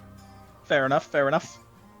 Well, by the way, on that note, actually, beforehand, so you have all the knowledge to piece together how they were just mortals in the Retired Democratic Youth. Do we? Yeah, you actually do. Remember, the Possessed has a boon that allows you to the Soul Urn that allows you to possess a mortal, and you leave behind you leave behind your current vessel, and move into them, and they turn into a version of you. So, That is a boon. Okay. Yeah, So all we did was they just possessed Kind of two explains mortals to be able to interact with the Epi soldiers. And so that means, so yeah, the sergeant and the agent, they were also just normal mortals, and they were kind of bad people too, because obviously they were working for the Epi soldier program. But so the two people who were the Supreme Leader and the Second Commander, the vessels that they possessed, those were just two random people. So those are who Becky killed. Becky just killed a couple randos. Yeah. Poor Becky can't catch a break. So sad. The randos kind of had it coming, to be honest. Listen, if you're gonna host some demonic that's- spirits calling themselves gods, then you get what you deserve. Yeah. If that's Oh, the dare you case, get All I can say. by a great force. If that's the case, my idea of like from the start trying diplomacy probably would have fallen through either way. Because you would obviously be like, well, I can't let the possessed be convinced because We don't even know if they are all not just controlled by the Supreme Leader with With his that powers. outclassed. Yeah. You're right, we don't know. Yeah. Because they can just use that every time they get into a fight. Which Alright, is so ridiculous. let's see. The Unnamed, anything that you haven't seen yet? Bag of Intrigue, Godspeed Gators. Point of interest. Oh yeah, I guess the outclass and the overclass. So the outclass is this. Some Guide to the Afterlife. Summon 4 recently deceased souls, each with a randomly generated coward/epithet. If mortal, each soul has 100 stamina, 6 movement, and improvised abilities based on their word. Once per adventure. Ah, was that what they Oh. used to summon us? Yeah. Interesting. And overclass, you saw the new stat. Yeah. Alright, so next. The Nighttime Watcher has a full kit that I didn't expect to ever get used, but okay, here we go. Weapon, Crescent Moon Knives. A close-range weapon that deals minimal damage but disarms one adjacent enemy for 5 rounds, making them unable to use their weapon. Very based. Dang. Would have been very nice to have against the predictive shield, motherfucker. Yeah. Turns out Crescent Moon Knives are an actual thing. So that's why originally I think she was supposed to have a shield, but like a moon shield. But then I found out about Crescent Moon Knives, and I was like, well, I gotta have that. And funnily enough, those are used specifically to disarm enemies. So it is Oh. sort of a defensive use. So that worked very nicely. Let's see. Of course, she has all those boons for herself. Passive, Night Star. You're able to watch all allies touched by the moonlight. Fair enough. Actually, you know what? The Nighttime Watcher and the Daytime Warrior have complementary power sets, so I'll just do both of them at the same time. Okay, so you already know their weapon, the Infernal Macahuitl. Then this is their passive, Daystar. You're able to watch all enemies touched by the sunlight. Then, abilities, Protected by the Moon. Summon orbs of moonlight with 30 stamina each that orbit you and your allies and absorb 50% of the damage round down that you and they take until the orbs get destroyed. So that is the opposite of Empowered by the Sun. Neat. Then there is the outclass, Dawn and Dusk, respectively. Throughout the battlefield into Dark Night until the end of combat. Nocturnal Hourglass gives you double advantage, and you and your allies have access to your available outclasses and overclasses immediately once per adventure. And then the, the same but for day, and the Diurnal Hourglass. Now here's the hole in my reasoning that I mentioned earlier. I realized this is an outclass, so to use it, you have to have your outclass available to you, which means the thing of outclass and overclasses are now available immediately. It's kind of pointless. I mean, Yeah, I mean, in theory, if you use them it, as a once per adventure. yes, you can- that's true. that's fair. Also, you could just use them in a cutscene, since using them out of combat's totally allowed.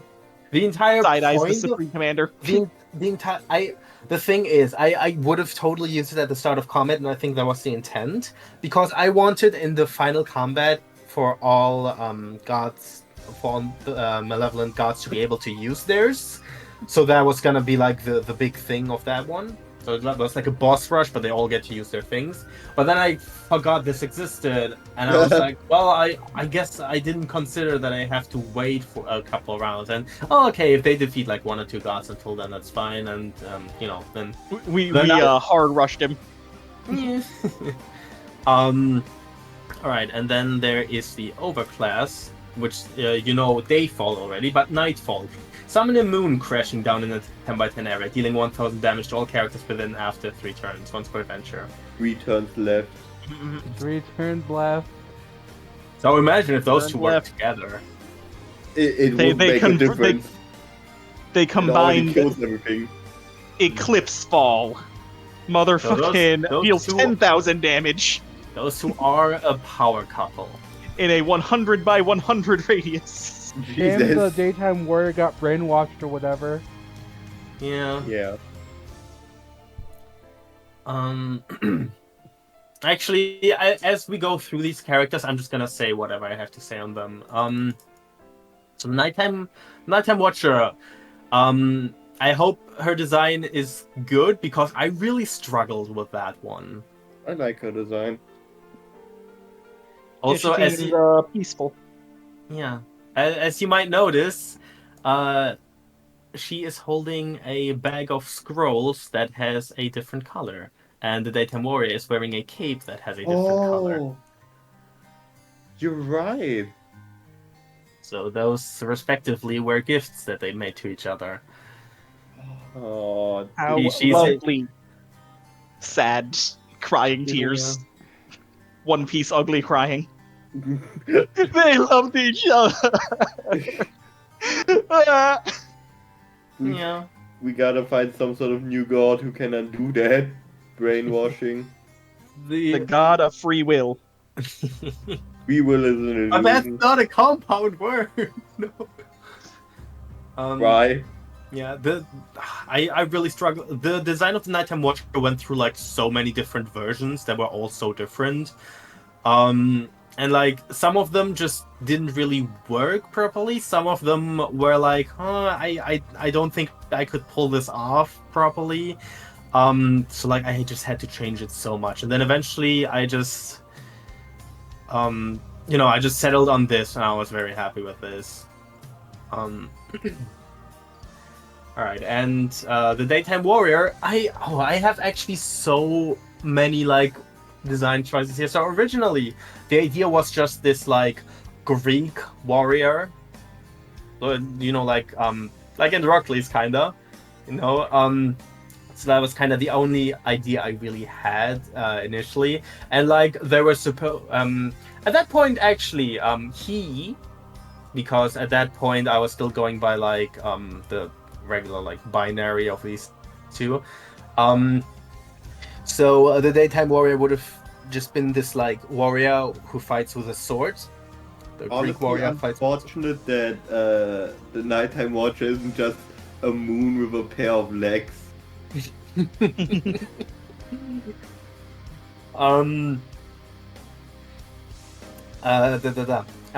But then I don't remember the exact time thought process. I think it was like, like the sun. That's like the sun is like iconic for like Peruvian mythology. So it's like, what if this character is like an Incan warrior? And so I looked up like what that would look like. Like, did they have warriors? What kind of weapons did they have? Did they use swords? And it actually turns out they didn't use swords because they didn't have iron to like make blades from. What they would instead do is they had the macahuitl, which is a wooden club with obsidian shards embedded in it. So I was like, that's actually really cool. And it would make more sense for that to be like on fire because it's like a wooden club on fire. Right, the idea was that they were supposed to have like a burning sword. So like just a fire blade. That was the initial idea. But I like the macahuitl way more. Also, then I was like, okay, well, what would their body build be? So I really went tried to get a lot of attention to detail. It was like, what would be the ideal body type of a sword warrior? What's like the closest thing to that? So I just went to I just went with tennis player. So so I just googled like, okay, what does the world best tennis player look like? And that's I kind of went off of that. And then also I looked like, okay, did they have like wall paint or tattoos and stuff? And like, yeah, they do have that. And the interesting thing about tattoos is it would be, like, if you had a tattoo, that would be like in connection with like so many like health risks that like you were so cool if you had a tattoo. It was like, oh my god, that guy is so brave. So it's like that actually fits perfectly for this warrior type. Also, and this is the coolest thing that I found out, I don't remember if this was Peruvian or Incan. I kind of went a bit loose because I didn't really want to specifically reference any specific group. But it turns out, because I think my thought process was that at some point I kind of liked the idea of them being non-binary. So I was like, okay, but did they know the concept of non-binary people? And I looked it up, and actually they knew 3 genders. There were Most ancient men. civilizations did. Yeah, but like, I mean, like, what was their specific concept that they knew of that? Because like, of course, the daytime warrior would come of that time, so they would have the same understanding of it. And they knew 3 genders, which were male, female, and a secret third one, which was specifically for like sun god priests. Oh. And the idea of that third gender was that it was neither male nor female, but instead it was like representative of humanity as a whole. So like it was neutral. Because if you had male priests or female priests, then the idea was those would only represent like men or women respectively. And so they had a third gender that represented the humanity as a whole. And so I thought, that is the point where I fully decided. So like first it was he, then it was he, they, and then at this point I decided no, they are just fully they, them. And actually, the pipeline. Yeah. Actually, you can see if you zoom in, there's the top surgery scars too. Yep, those are very present. Mm-hmm. Neat.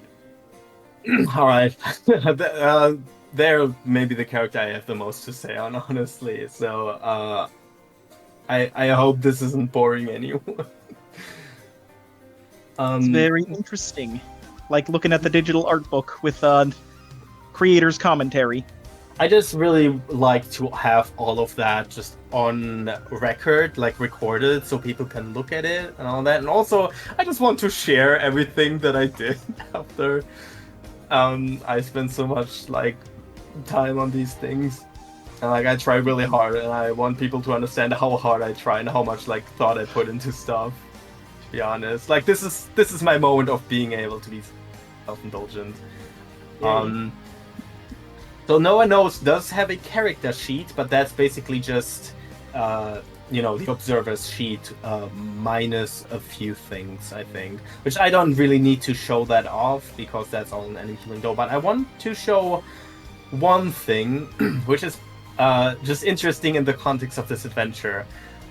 Perfect Hit, which is a weapon that deals up to 10 damage. Perfectly placed so that it will always leave the target with at least 1 stamina. Now, under mortals, this is an incredibly powerful ability.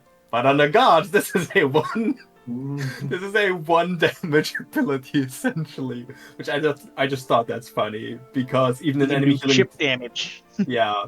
Because this is the damage it did in enemy healing though, and now with the new in the context of like gods and this adventure specifically, that is a very weak thing. All right. Right. But with No One Knows, there was this whole, as I've shown before. Basically, I went backwards to if this guy's supposed to be super perceptive, I'm gonna just give him big ears, big nose, big hands, lips for taste. So just all the sensory organs would in his character design would just be big eyes. Did I mention that? Right. Yeah.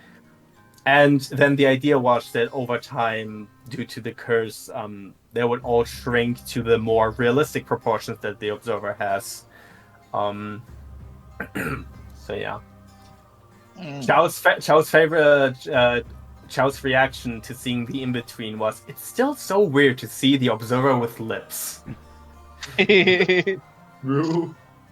Alright, then the mortals also had a character sheet. It would be, this is the weapon. No weapon. Normal people don't carry weapons around. Looks at camera. This is anime campaign we are talking about. Yeah. They care about It's true, objects it's true. that work as weapons. The talent is Soul. Souls start with 0 stamina, have unlimited max stamina, and 5 movement. They flock to any god who ends their movement within 10 feet of them to feed on them at the end of every turn on the turn order, dealing 1 damage to them while gaining 1 stamina themselves. I upped that to 10, but I didn't change it here because nobody's gonna see this until the end. Until the god is no longer adjacent to them. Souls can't take damage.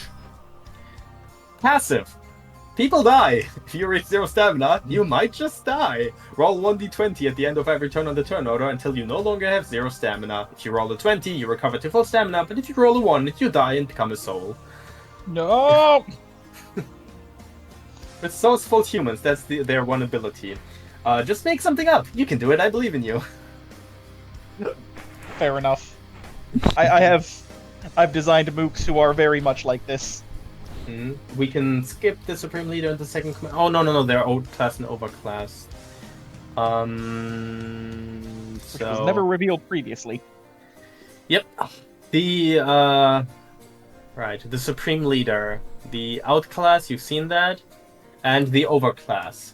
I reign supreme. All enemies gain 9 stacks of obedience. While the maximum roll penalty is still -12, any enemy rolling in that 20 only clears all enemies of 3 stacks at a time, once per adventure. Whew. And then the second commander. Now this is gonna play into... It's here's the thing. I haven't really explained what the respective roles as gods were. We'll get into that in a later adventure. But this should maybe give you a bit of a clue. Outclass, Soul Archive. Summon 3 mortal souls from the archive, each with a randomly generated core word/epithet. Each soul has 100 stamina, 6 movement, improvised abilities based on their word, and can act and move immediately. Once per adventure. I see. Also, I have been dropping a few hints throughout. Like not in the scripted stuff, but in your interactions with gods. Huh. And Overclass, Purge Before the Rapture. All enemies lose 10% round down of their current stamina at the end of their turns until the end of combat, once per adventure. Ooh. So this will never finish you off, but it sure can get you down to 1 stamina. It's like radiation. It never old fully goes radiation. away, but it sure goes down. You sure are dying. Yeah. L. Stop L dying, plus loser. ratio. Alright. Get Rip that. plus Bozo. I think for most of the for the malevolent gods, it's just gonna be outclass and overclass. So this one. Wait, did I show off this one? I believe I did, but just in case. Soul Compass. You know, any character's /epithet on site and can locate them by it. Alright, then Outclass, the Prophecy. Predict what will happen each turn as it starts for one round. Any action in accordance to the prediction automatically succeeds. Any attempt to deviate will automatically fail, including movement. Heal 80 stamina for every prediction in the enemy's favor, and 20 stamina for every attempt to deviate. Once per adventure. I see. So you can choose to not follow it, but it will heal them, How and how whatever action you receptive- take will fail. how receptive would have you been to loopholes? If you can find a way where the prediction technically is met, but it's in your favor more, sure. But yeah, also I made it specifically so that predictions in you guys' favor would heal them more to give a little bit of incentive, of course. That it's not just you all jump off a cliff, I win. Lamau. Yeah. And Forbidden Knowledge. Summon a cosmic eldritch entity that fights for you. Its dimensions can't be fully grasped, but within every 5x5 area around enemies sprouts one tentacle with 60 stamina that can each attack one enemy within 25 feet of where they sprout from, dealing 30 damage as an anytime action once per round. The entity remains until you reach 0 stamina once per adventure. And I also have an asset for that, if you will divert your attention back to here again. There it is. Ooh, Big. Yep. friend. It's a wiggly. Mm-hmm. It's a Wiggler. Initially, it was supposed to be the entire battlefield is covered with these, but then I realized that would take a lot of setup, and It's more work than it's worth. yeah. Yeah, that's on the Omniscient. The Omniscient is the first malevolent god I designed. I think I designed these all in order, except for the Daytime Warrior. But they were all, I believe, designed in order of appearance. But yeah, as you'll notice, the Omniscient has all the eye motives in the world, but also tongue and ears and hands. So again, this is similar to No One Knows. It's all the sensory organs, but most the eye.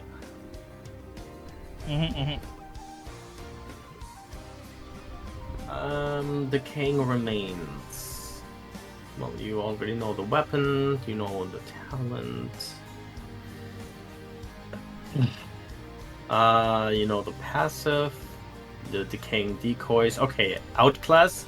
Rot in Hell. The effect of Disease Dagger now lasts until you reach 0 stamina once per adventure. Pain. And Oh man, that would have been a bad one to get hit by. Nice 20. you already know this one. But it was worth it for it. Alright. Moving on. I'll try to get through these as fast as possible, by the way. The Possessed. Possessed was another one where I had trouble with the design, but I was also caring a little less since it's less of an important character. Cursed Sword. Insidious Inscription, Ghostly Parasite. Okay, so it's just Outclass and Overclass. The Enemy Within. Your epithet can now possess enemies within 30 feet, and contesting rolls gain advantage. And Overclass, the enemy among us. Do your obligatory, Psychic Yeah. damage. Ooh. Bum, bum, bum, bum, bum, bum, bum. Bum, bum, bum. As I said, Alright. psychic damage. Your epithet now automatically possesses whoever's turn it currently is, excluding allies, as long as they're within range. Keck. Alright. Yeah, Absolutely insidious. The ability makes it so that there's an imposter among us. Did The someone say Amogus? Alright. the elusive, which I don't know if you guys noticed, but has a fox motive. The whole like Yeah. I don't know what it's Tails. called, but like nine Uh, tails kind of Yeah, the stuff. QB. Kitsune. Kitsune, yeah, I wasn't entirely sure if it was that. um, yeah.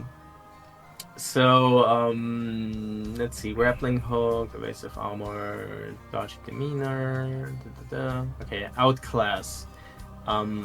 This one you didn't see. Now you see me, now you don't. Until the end of combat, you may teleport to any space on the map as a bonus action once per adventure. Jesus. Yeah. Man, imagine that while they were still fucking invisible.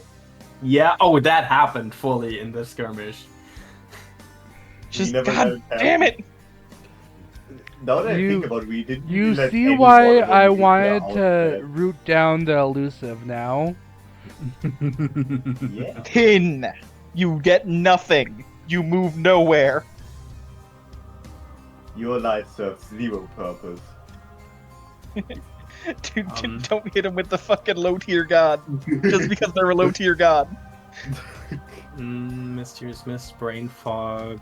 Okay, Outclass, River of Souls. Summon a river made of souls in a 10 feet wide line across the map. Standing in that river heals you for 50 stamina at the end of your turns and gives you double movement, where standing in it deals 50 damage to enemies at the end of their turns and halves their movement round down once per adventure. Very strong. Very nice. And Overclass, Fog of War. Stygian Battleship gets activated again! Then until the end of combat becomes an ability that costs 3 stamina to use No. an action with a 5-round cooldown. No! No! This would be super mean. That is I hate it. horrid. That is disgusting. It's so bad. Hmm. An ability that you can truly only use to make your players' lives miserable. Mm-hmm. I love not being able to see. Can't see shit. I mean, can you blame me when the epithet is fog? It's The true. fog You is got solid. no choice. Like It's what? true, we What can else are blame you gonna you. do? It's true. We can We blame can you. blame you. I'm blaming you for this. This is your fault. I was gonna say Elena, especially, just in the corner judging. You could have you could have picked a different word. You roll 3. Yeah, but I don't know what the other 2 words were. Maybe they weren't even good. No, they Yeah, were the fair best enough. words ever. You just decided not to use them. Yeah. What? They were both excellent soup options. I believe that is everything in terms of what I have to like show still. All right. But yeah, so What's the name of the next game? let's see music. Anything that I didn't show? I don't think there is. No. Oh, right. I can actually say on the topic of music. I hope this helped, but so you might have noticed that I used a lot of ambience in this adventure, which I usually only do very rarely. But the thought process was this entire adventure was supposed to have the musical identity of metal, because it's you know what? Literally, the reason that the Supreme Leader and the Second Commander became gods in this story was because in the Retired Democratic Youth, I gave them metal music, and in Lion Beach Limit, apathesianism was represented by metal music. And then when making Suffering Atmosphere Race, I knew that since it was a story that it was an apathesian tale told by Sis Shredder, I was like, okay, so obviously this also has to be has to fit within the apathesian musical identity, so metal. I was like, Retired Democratic Youth, the episode program also is represented by metal. Oh my god, they're gods! Bow to your gods. And then I thought about it, and it made so much sense, and that's why they're just gods. Literally because I happened to use the music.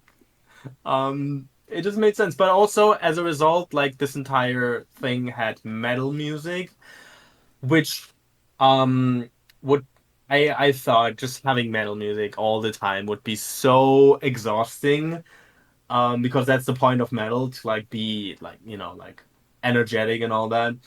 So it's like, Right, you know right. what, in all the like moments where there's no danger, like in the towns and all that, I'm just gonna have ambience, like no music, just ambience. and then for the mortals, the chant. You know. Yeah. And I hope that helped with not making things too exhausting overall. The comments were getting a little exhausting at times, but Yeah. at least they were broken up with the good themes. Yeah. Um. Right. Right. I did actually have something more to say on the Ascended. Right. Because here's the thing. I did an oopsie with the character design initially. So Mm-hmm. initially initially the Ascendant was supposed to be black. And then I realized, wait a minute. She Hang on has just a second. she Uh-oh. has a lemur tail. So like there's monkey elements in that. So I was like, that's Yeah. probably Hey, not okay. So I asked my friend and she said, yeah, she's cute, but also like yeah, that maybe has unfortunate implications. So I made her essentially a redhead. And I was like, while I was doing it, I was like, this feels wrong. Just whitewashing her. The one instance where that's the right size, but it was the right thing to do. yeah. And it No matter became how bad it whitewashing. feels. By the way, I don't know if I mentioned this on record before, but she's also the youngest god. She's like in her early 20s. The youngest She's god both barring us. yeah, she's like aside from you guys, she's the youngest in terms of like actual physical age, but also in terms of like when she became a god. So, like she became a god pretty recently too. Dang. Gotcha. She Right. had a pretty good selection of boons for somebody who just got off the welcome wagon. Yeah, she's like I mean just imagine she reached past 100 proficiency pretty early in her life. So like she was absolutely like Built. amazing.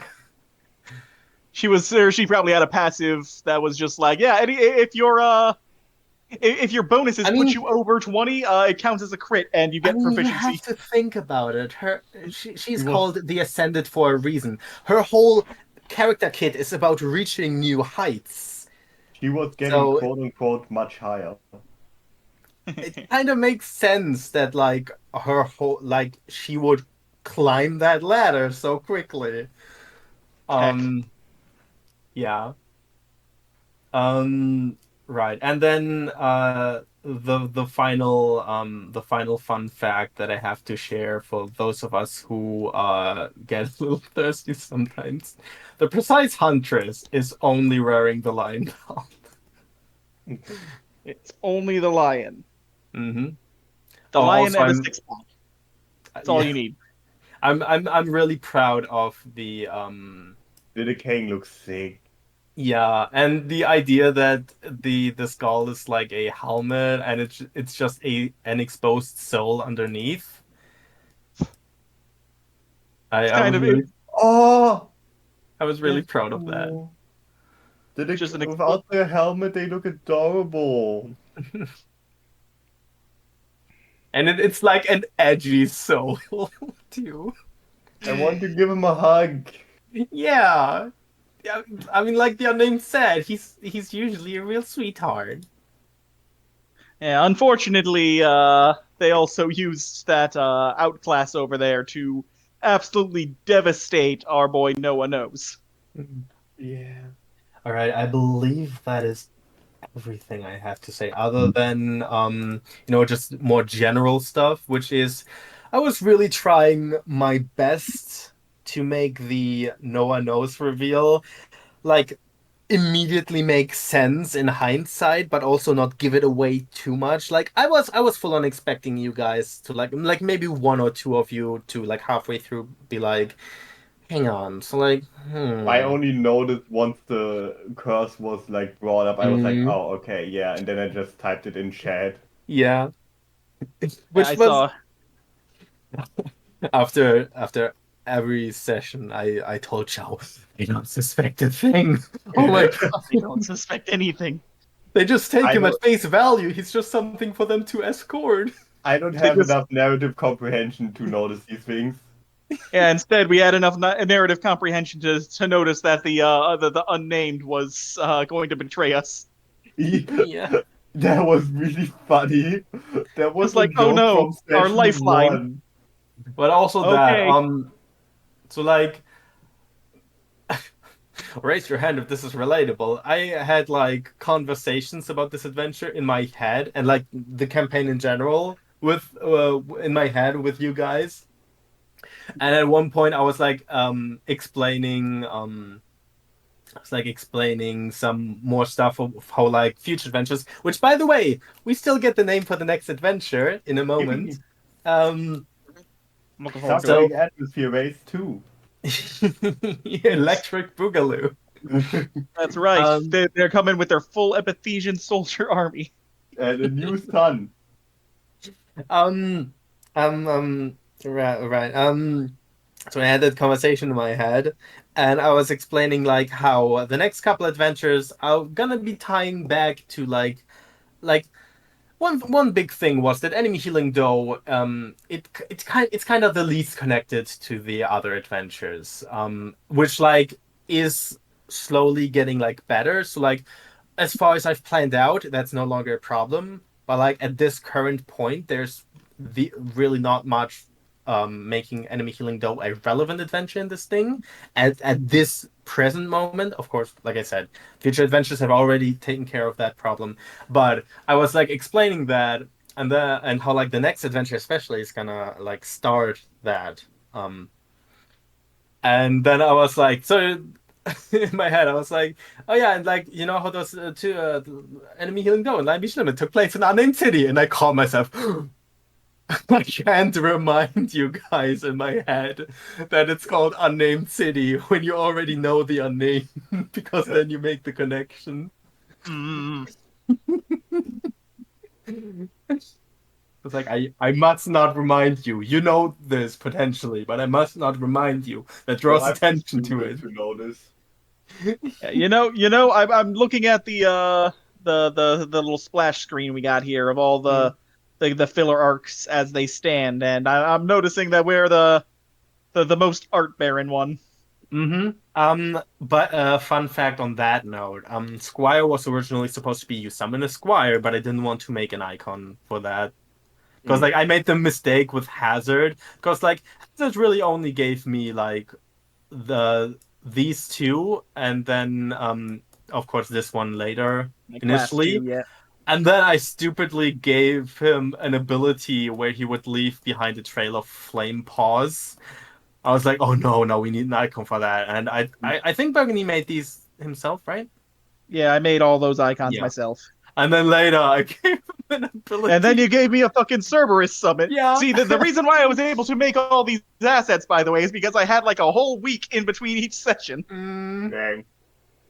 And like I would have given you a Squire icon, but I didn't want to make that so especially since I would be happy to just finally have like an adventure that would have just been the players with no like all these like other icon things. I So it's mean, And like The like, smallest I group out wanted of to all. like, make okay, I wanted to make custom status symbols for Basil's links, but Junpei was just like, nah, I want to do that yeah. for a different thing. Yeah, I that like custom icons, like custom status icons are a thing that I wanted to start doing in my second campaign, and I didn't want to bother with that just yet because that yeah. I want to like one thing at a time, you know. Um Yeah. I I can't gotta. show the viewers right now, but I could like. I think I might have. I can put them in the Discord though. mhm. Mm. Um all right, so the next adventure is gonna be called, I'm typing it out. Ally, ally hurting bread. No, I'm healing though. can't. Am I hurting bread? Yes. Oh, by the way, here's a thing that I also want on the record. I recently realized, and yeah, I'm teasing this. Yeah.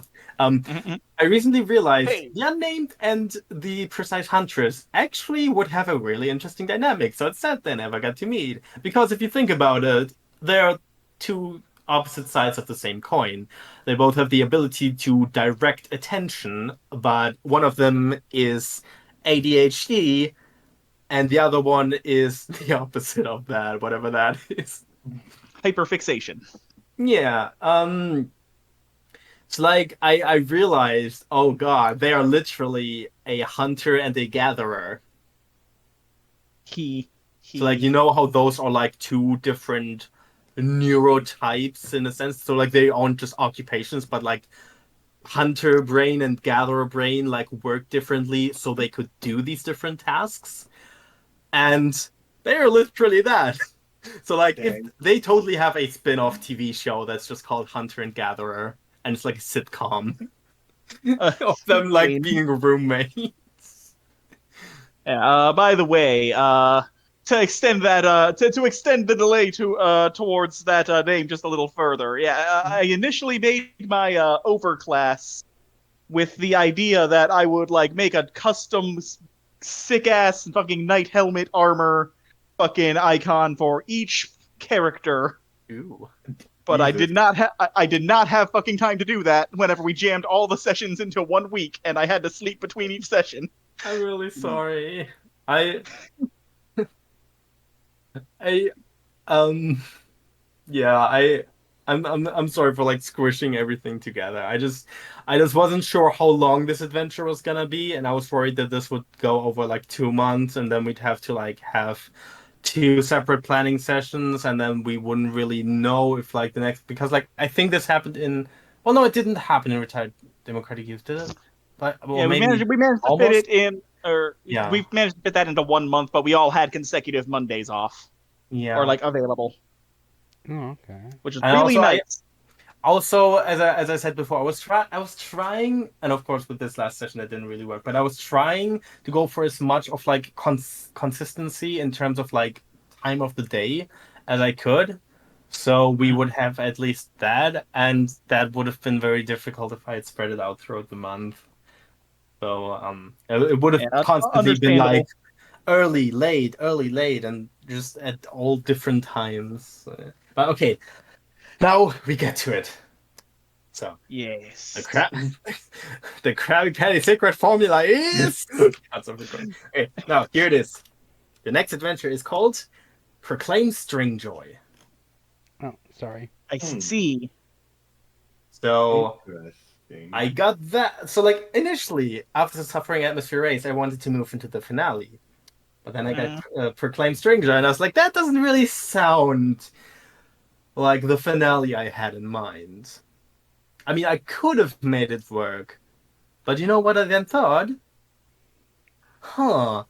You know what? I would really like to see Danielle Sell from Retired Democratic Youth and Phonica Ashling from Enemy Healing Doe interact with each other.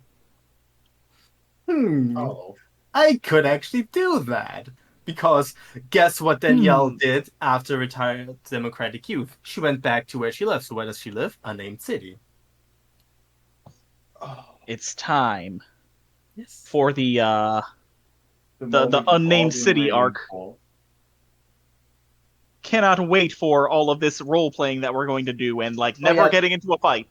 Yeah, absolutely. Proclaim String Joy is a role-play heavy game with next to no combat. Oh. And like I'm gonna say as much to the players when the adventure is done. Do not make character sheets that are like combat like oriented because Yeah. that will not help. Bring your utility kits, folks. I We need toolboxes.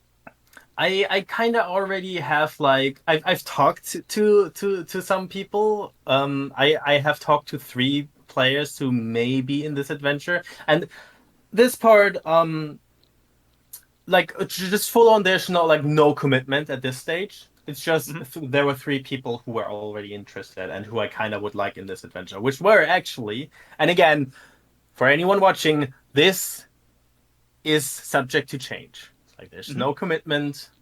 or anything to that. It was literally just, are you interested, regardless of whether you'll be able to make it? Yes, I am interested. I don't know if I'll be able to make it, but I am interested. And so, I think we already discussed it at the end of Retired Democratic Youth, but so Riley created her little a robot from her DS, which I forgot the name from. I think it was like Delta something.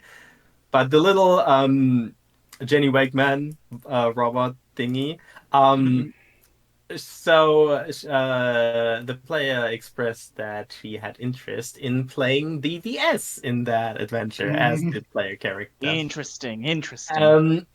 I asked Kandaru if she would like to have Pazel reappear in that adventure. And again, non-committal. We'll have to see with how it works schedule-wise. As well encounter. But this would also be the first reappearing character, like actually reappearing as a character and not just as like a cameo. And it would be great because Pazel would be so perfect for that particular adventure, and like it will make sense why she's there because she was already in Lion Beach Limit, which same city.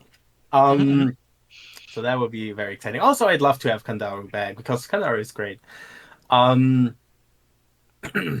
And right, I also asked Oshawott, who is not in this group anymore, because nothing really happened. Like there's no drama or anything. It's literally just he just left because like there weren't any games and everything. It's like fine. But I asked him, hey, are you still just generally interested? Because like you're an amazing player. He's like the Aram of the group. It's like just such an amazing player. Love to see it. Love to hear it. Yeah. So I asked him, hey, are you still like just generally interested? And he said, yeah, sure. Just so I knew like if I should like tell him if I'm looking for plays and stuff like that. And I was like, you know what? There's an adventure that you might be interested in, and I told it to him. And I don't think I told him this part, but I think it would be really funny if for those of you who are familiar with Chow's adventures, I think it would be so funny to just have Johnny Skatesson in that adventure. When one of the main protagonists shows up to the filler arc. Yeah. I mean, Enemy Healing Doll almost would have had AV Ari, I think was her name.